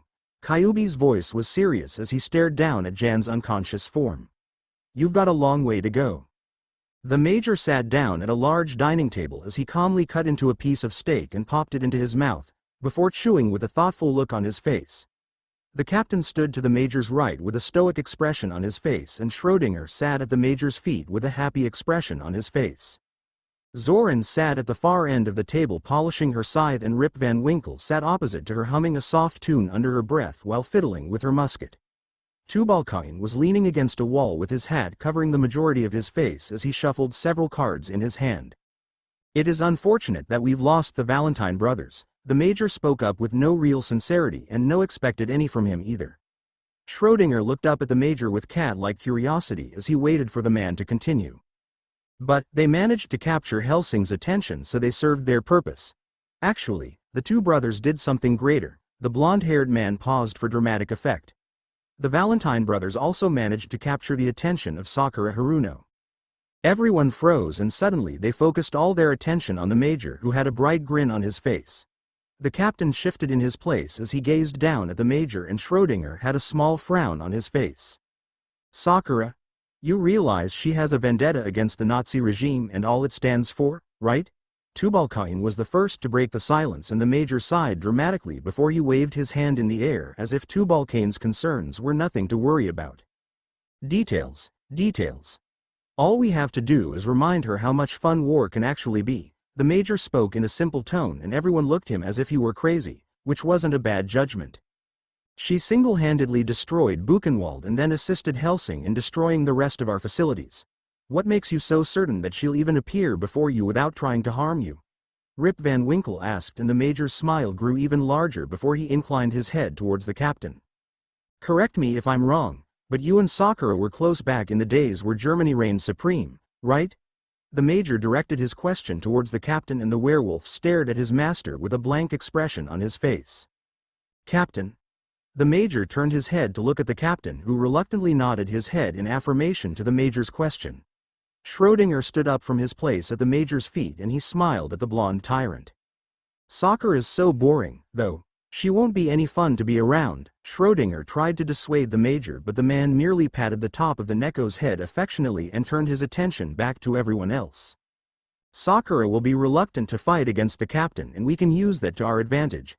There is no holding back in war and everything can be used as a weapon. The major looked at each of his subordinates before he continued. Even loyalty. The members of Millennium's werewolf special forces all looked uneasy with the major's newest decision. It was one thing to wage war pointlessly, but it was another completely whenever Sakura Haruno was involved. Schrödinger looked at the captain, whose only indication that he was against this was the tensing of his muscles beneath his jacket. I have a bad feeling about this, Major. I'm all for using pawns and tossing them aside when they are no longer needed, but we're not talking about a simple freak or vampire. We are discussing Sakura Haruno, who may be the true incarnation of death itself. Zoran voiced her concerns to her master, but the major merely shook his head in response. I don't understand what has you all so worried. Sakura Haruno is a beautiful, dignified young woman who has impeccable taste and happens to love destruction just as much as I do. No matter how much she tries to suppress it, the major insisted before he waved his hand in a dismissive gesture that informed the soldiers that they were no longer needed. Rip Van Winkle and Zoran were the first to leave, followed by Tubal Cain, who cast one last worried glance back at his master. Once the room was clear, the major released a sigh and ran his hand through Schrödinger's hair, which normally would have pleased the Neko but not today. The catboy turned his lavender gaze to the major and he frowned. You don't really intend to recruit Sakura for Millennium, do you? Schrödinger asked with a tinge of hysteria in his voice, but the major didn't notice. Instead he continued to stroke Schrödinger's ears. No, that is not my intention, the major admitted, and Schrödinger let loose a soft sigh of relief, also noticing that the captain seemed to relax as well, but their relief was short-lived when the major continued. I intend to marry her. 1921. Oświęcim, Poland. Get up, mutt. A sharp command from his superior officer made the exhausted boy slowly rise to his feet. The young werewolf's body shook from overexertion and his usual pale complexion was even more so as ragged breaths escaped his skinny frame. This is war. No one gets a break. Now drop down and give me 200. The commanding officer roared and the weary 14-year obeyed without a single word, even though tears swam in his ruby irises. Up, down. 1. The world seemed to fade away from the teenager as he focused on the task at hand. He felt pain mean that he was alive. Up, down. 23. The werewolf's muscles screamed in protest, yet he still continued to press forward. A unique scent infiltrated the boy's sensitive sense of smell, piquing his curiosity, but he chose to ignore it. Next he began to hear voices, several muffled voices that sounded as if they were arguing. Up, down. 68. The young werewolf nearly lost his concentration when the smell of blood suddenly assaulted his nose. His eyes began to glow and he felt saliva begin to fill his mouth at an alarming rate. Tears slipped down his cheeks silently as he continued his exercises. The world was such a cruel place. Up, down. 111. He felt a hand on his back and the smell of blood increased exponentially. The boy collapsed onto the ground with an audible thud, and he barely had the strength to roll onto his back. His vision was blurry due to his tears, but he was able to make out unusual pink hair and bright green eyes. He reached up to wipe the tears from his eyes feebly and he was able to get a clearer look of the woman who stood over him. What the hell are you crying for? Those words caught the werewolf off guard and for a long time simply staring at the pink-haired woman. She sighed and reached into her pocket, pulling out a cigarette before she placed it between her lips and lit it with her lighter. Kid, don't make me repeat myself. She spoke in a seemingly bored tone and the boy struggled to sit up. He was relatively surprised when the woman moved to assist him and he flinched when he felt something strange begin to happen to his body. He looked at the stranger and struggled to get away when he saw that her hands were glowing a faint green color. "Stop moving, brat," she snapped, and he instantly stood still, noticing that the strange energy flow within him wasn't hurting him, quite the contrary, it was soothing his aching body. The woman moved back after a while with a scowl on her face before she took a drag from her cigarette and released a stream of smoke into the air. "Commander Johnson always was a slave driver. You should be fine in a few hours considering your condition." She spoke to him as if they were discussing the weather as she slowly rose to her feet. "What's your name, kid?" "I'm Sakura," the pinkhead introduced herself after a while, and the werewolf lowered his eyes to the floor before he slowly began to shake his head in response to her question. "No name, That doesn't surprise me. Here." Sakura removed a stainless steel dog tag chain from around her neck and handed it to the boy with no prior warning. The boy was hesitant to take the chain, but eventually he did, and he read the name that was engraved in the tag, Hans Gunch.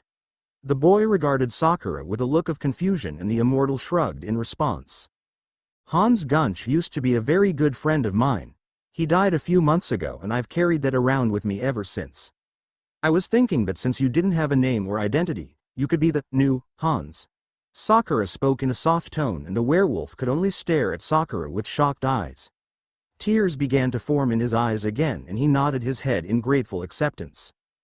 "Don't cry." Sakura's voice suddenly turned serious when she saw the tears begin to gather in the teenager's eyes. Hans was quick to wipe away his tears, not wanting to anger the only person who had shown him any kindness. Sakura knelt down in front of him and placed her hand on his shoulder. "Don't cry, kid. Don't show any weakness. This world is cruel and you have to be strong in order to survive. Listen, I want you to become the perfect solider. I want you to be strong. Don't cry, don't make a sound, and don't show emotion. But, feel everything," Sakura explained in a serious tone, and Hans stared at her with confusion written plainly on his face. "You're still young. You don't understand what I'm saying right now, but you will eventually." Sakura stood up with a soft smile on her face as gazed down at Hans, who still remained seated on the floor. "Just don't cry for now, okay?" Hans nodded his head in acceptance, and Sakura ruffled his hair before moved towards her unconscious colleague who was supporting a bloody nose, courtesy of the Immortal herself. Sakura rolled her eyes at the man before moved to lift his dead weight from the ground, all the while she was aware of the young werewolf watching her every move. "I'll see you around. Don't forget what I told you, Hans." The teenager's eyes widened at the sound of his new name, and he fought off the urge to cry, to which Sakura responded with a smile. "Good boy," she complimented before she disappeared in a swirl of cherry blossom petals, leaving the stunned boy alone in his thoughts. Sakura sat on the bed of presidential suite in the hotel that she had reserved for herself. Her berettas laid in pieces around her as she worked at a calm pace to clean her beloved guns before reassembling them. She glanced at the coffin that was perched against a wall across the room and she narrowed her eyes. She had arrived in Rio de Janeiro, Brazil, exactly 3 days ago, and Jan still hadn't awoken from his slumber. She knew for a fact that he wasn't dead, well deader, because the seal would have alerted her. On top of the amount of torture you put him through with the seal and the fact that he had traveled across a large body of water, I say that he'll be comatose for at least a week. Inner Sakura sounded bored within Sakura's mind, and the freelancer rolled her eyes before she turned her attention back to her guns, absent-mindedly turning on the television as well. About 30 minutes ago, a man-woman pair of armed terrorists started killing employees and guests in the Leo hotel's top floor, and are now holding 10 people hostage. Sakura looked up from her weapons and grabbed the remote to turn up the television as she glued her eyes to the screen. Currently, they are holding their own against the army and police, and the situation is unusually tense. "Oh, the police authorities have just figured out who these people are." Sakura outright laughed when she saw the pictures of Alucard and his fledgling appear on the screen. According to the ledger, the man is J.H. Blenner, but the woman is still unknown. Because they're using unusually powerful firearms, not even the authorities can speak with them. Sakura turned off the television with an amused smile before she leapt off her bed and made her way over to her closet. The freelancer picked up the wireless phone and dialed a number she knew by heart as she rummaged through her clothes. Sakura laughed to herself when she heard a breathless voice answer the phone. "Hello? What can I do for you?" The voice sounded on the edge and Sakura couldn't help the soft laugh that escaped her lips. The entire situation was too laughable in her opinion. Tell me, why is our dear Alucard on TV with his poor fledging? I wasn't aware that Hellsing did publicity events. Sakura spoke in an amused tone and she listened as she heard swearing, followed by a lot of rummaging before finally the voice returned. Miss Sakura, I am quite surprised to be hearing from you, and it would seem that we have miscalculated Millennium's resources just a bit. Sakura frowned slightly at the worn tone of Walter's voice. Walter did not miscalculate. If the plans were made by him, every possible angle would have been covered, which meant he was covering for someone. Walter, do not lie to me. I know you like I know the back of my hand, so tell your precious Hellsing mistress that I will handle things over here. Sakura gripped the phone tightly, causing a few cracks to appear. Silence followed on the other end of the phone before Walter finally replied. I understand, Miss Sakura.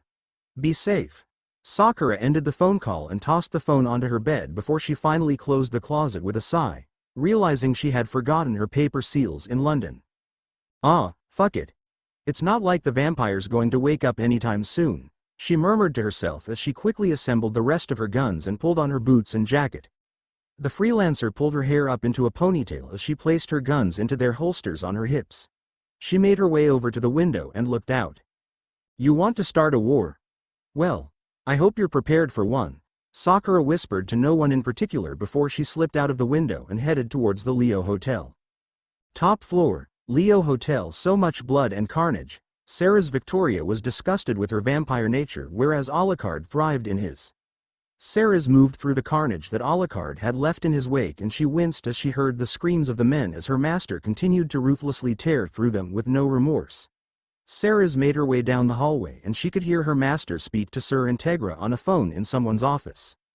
A special police force just attacked, Alucard informed his master in a nonchalant tone, and Sarah's looked around at the bodies on the ground as she leaned against the wall with a sorrowful look on her face. What happened? Sir Integra asked on the other end with shock apparent in her tone, and Alucard smiled his usual deranged smile. Sarah's bowed her head with her bangs covering her face to hide her bloody tears. Killed them. I annihilated them without exception. Now Integra, give me an order. The elite police force is probably being controlled by them. I can kill them without a moment's hesitation, without a moment's regret. I can massacre them because I am a monster. What about you, Integra? Alucard continued to descend deeper into his insanity with each word, and Sarah's sank down to the floor with her hands covering her ears, trying to block out everything. Indeed, what shall you do, Hellsing? Will you live up to your father's standards? Alucard's grin grew even wider as he heard Sakura's voice to his right as the freelancer sat on the edge of the window sill with a cigarette in between her lips and blood covering her body. There was silence on the other end of the phone, and Alucard moved towards the freelancer with every intention of devouring her. My countess, he spoke in a dark tone as pulled her towards him and licked the blood from her cheek. Sarah slowly rose to her feet and made her way into the office when she could no longer hear anything, only to walk in on her master and the freelancer. Sakura pulled back and gave the Draculina a slight smile before she looked at the phone when she shuffling.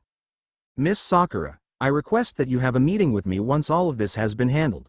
As for you, my servant, my orders have already been issued and they have not changed. Search and destroy. Integra's voice echoed through the phone, and Sarah's stepped back when a bloodthirsty look appeared on both her master and the freelancer's faces. Roger.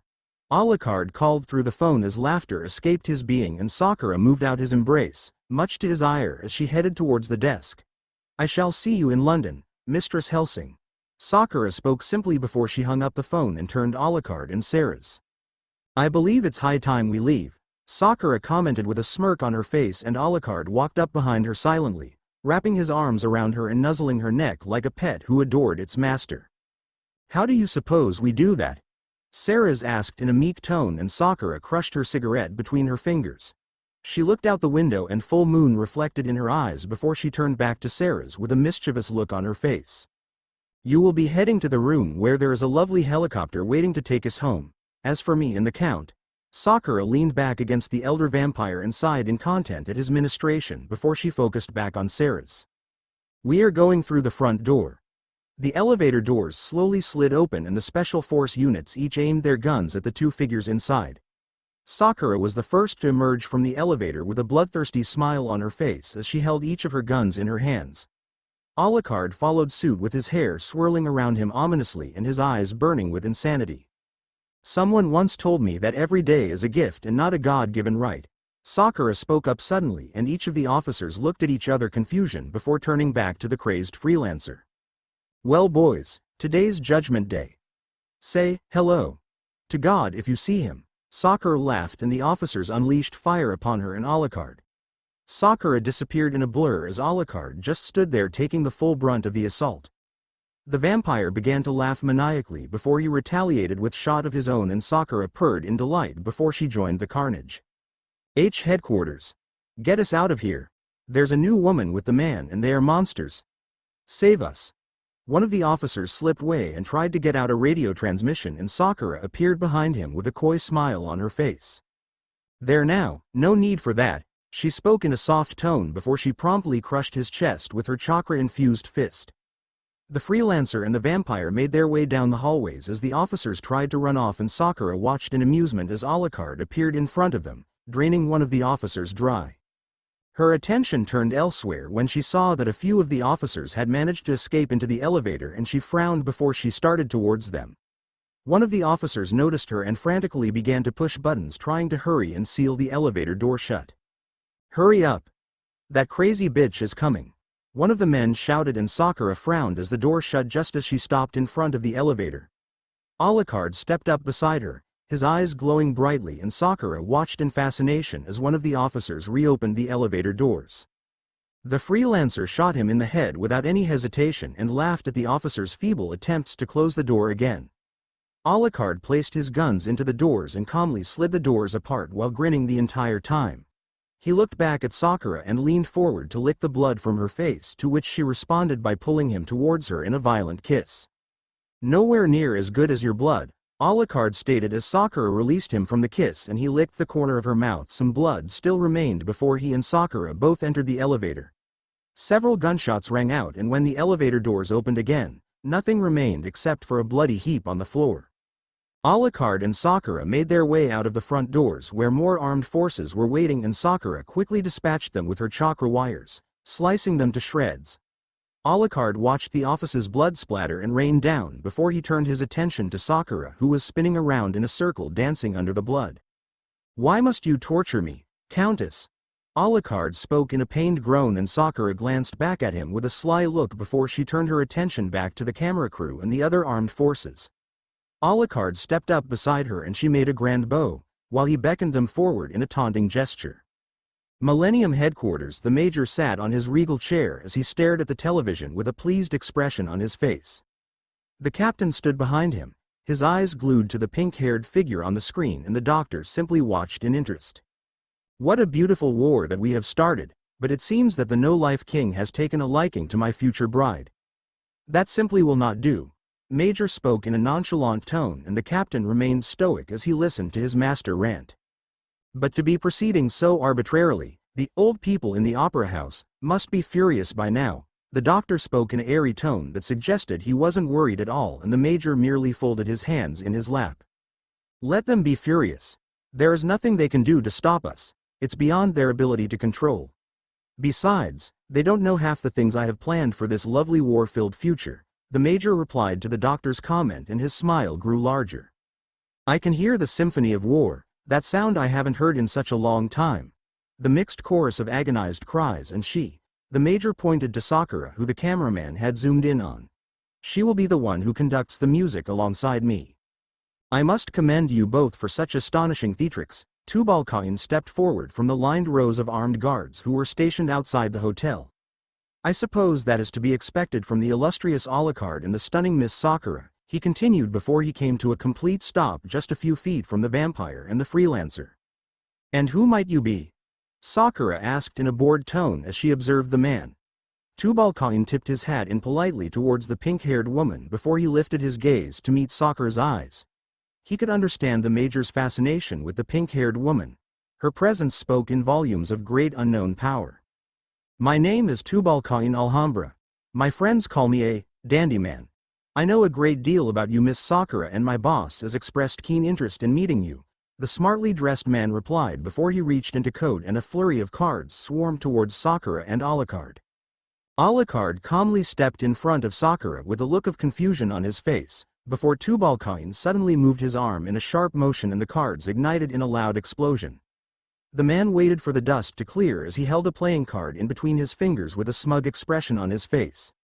The major had expressed the desire to meet Sakura. However, Tubal Cain saw no problems with bringing her to his boss piece by piece if necessary.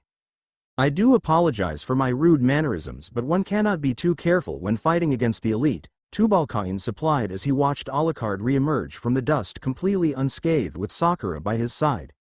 The pink-haired woman looked as if she were fighting back the urge to laugh, and even Alucard had his signature maniacal grin on his face. "Enough boasting, dandy man. What will you do?" Alucard inquired in a smooth tone as his hair swayed in the breeze. Tubal Cain summoned more playing cards to his side and they fell onto the ground in a thick pile as he stared down the no-life king. "I will take your life. The time has come for you to be listed as one of our samples, for Millennium," Tubal Cain announced, and upon his words, Sakura finally did laugh. She wrapped her arms around her sides as she doubled over with genuine laughter whilst Alucard merely looked bored. I see. What a completely hopeless lot. So this was your guys' doing. Then it is completely natural that I will have to be your opponent. I suppose you don't learn anything from only dying once," Alucard remarked before he suddenly disappeared from view as Tubal Cain glowered at him.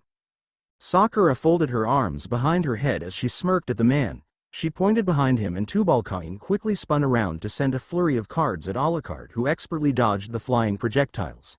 One managed to slice into his cheek and he stared at Tubal Cain with blood leaking from the small wound. The ground beneath Alucard's feet exploded and the ancient vampire leapt out of the way before skidding to a halt in front of the armed forces. Tubal Cain didn't stop his assault and threw more cards at the vampire. Alucard grinned wildly as he moved once more and the cards tore the armed forces to shreds. One police car was sent airborne by Tubal Cain's cards before it exploded and the flying metal pieces impaled several of the armed men. Alucard pulled out his gun and fired an array of bullets at Tubal Cain, but the man merely sidestepped out of the way and the bullets tore straight through the humans behind Tubal Cain, shield and all. Alucard moved in close and aimed his gun at Tubal Cain's chest before pulling the trigger, and the man staggered back with a look of shock on his face before he grinned and began to disperse into a flurry of cards. Alucard's eyes widened and a flurry of cards encircled him before they embedded themselves into the ground with enough force to leave behind a large crater. Tubal Cain reappeared behind Sakura and aimed a flurry of cards at the back of her head, intending to catch her off guard. A spray of bullets collided with the cards before they could hit Sakura and an explosion occurred which caused Tubal Cain to raise his arm to shield his eyes from the dust and debris. His head snapped to the side when he heard giggling and he scowled when he saw that Alucard was sticking to the side of the building with Sakura tucked securely under his arm. The pink-haired woman was giggling incessantly as she raised her hand to wave at Tubal Cain coyly. Tubal Cain threw more cards towards the two and Alucard moved to dodge the flurry, but more seemed to come from above and they embedded themselves into his back. "Gotcha," Tubal Cain declared smugly as he snapped his fingers and the cards embedded within Alucard's body sparked to life before they ignited in a large explosion. It was a restless feeling. A feeling that couldn't be ignored. He was supposed to be doing something, he was supposed to be somewhere. He had been burning for a long time and now the burn had been replaced with an ache. A deep yearning. Yearning? He had never yearned for anything in his life. The feeling was foreign to him. Still, it was there along with the restless feeling. What was he supposed to be doing again? Something important. He could feel it. Something was changing within him, making him crave and yearn. It was a strong, oppressive force, unlike anything he had ever felt in his life. The more it grew, the stronger he felt, but the feelings also grew unlike it felt like it would consume him. He needed to go. But go where? He didn't even know where he was. Someplace nice, someplace warm and secure.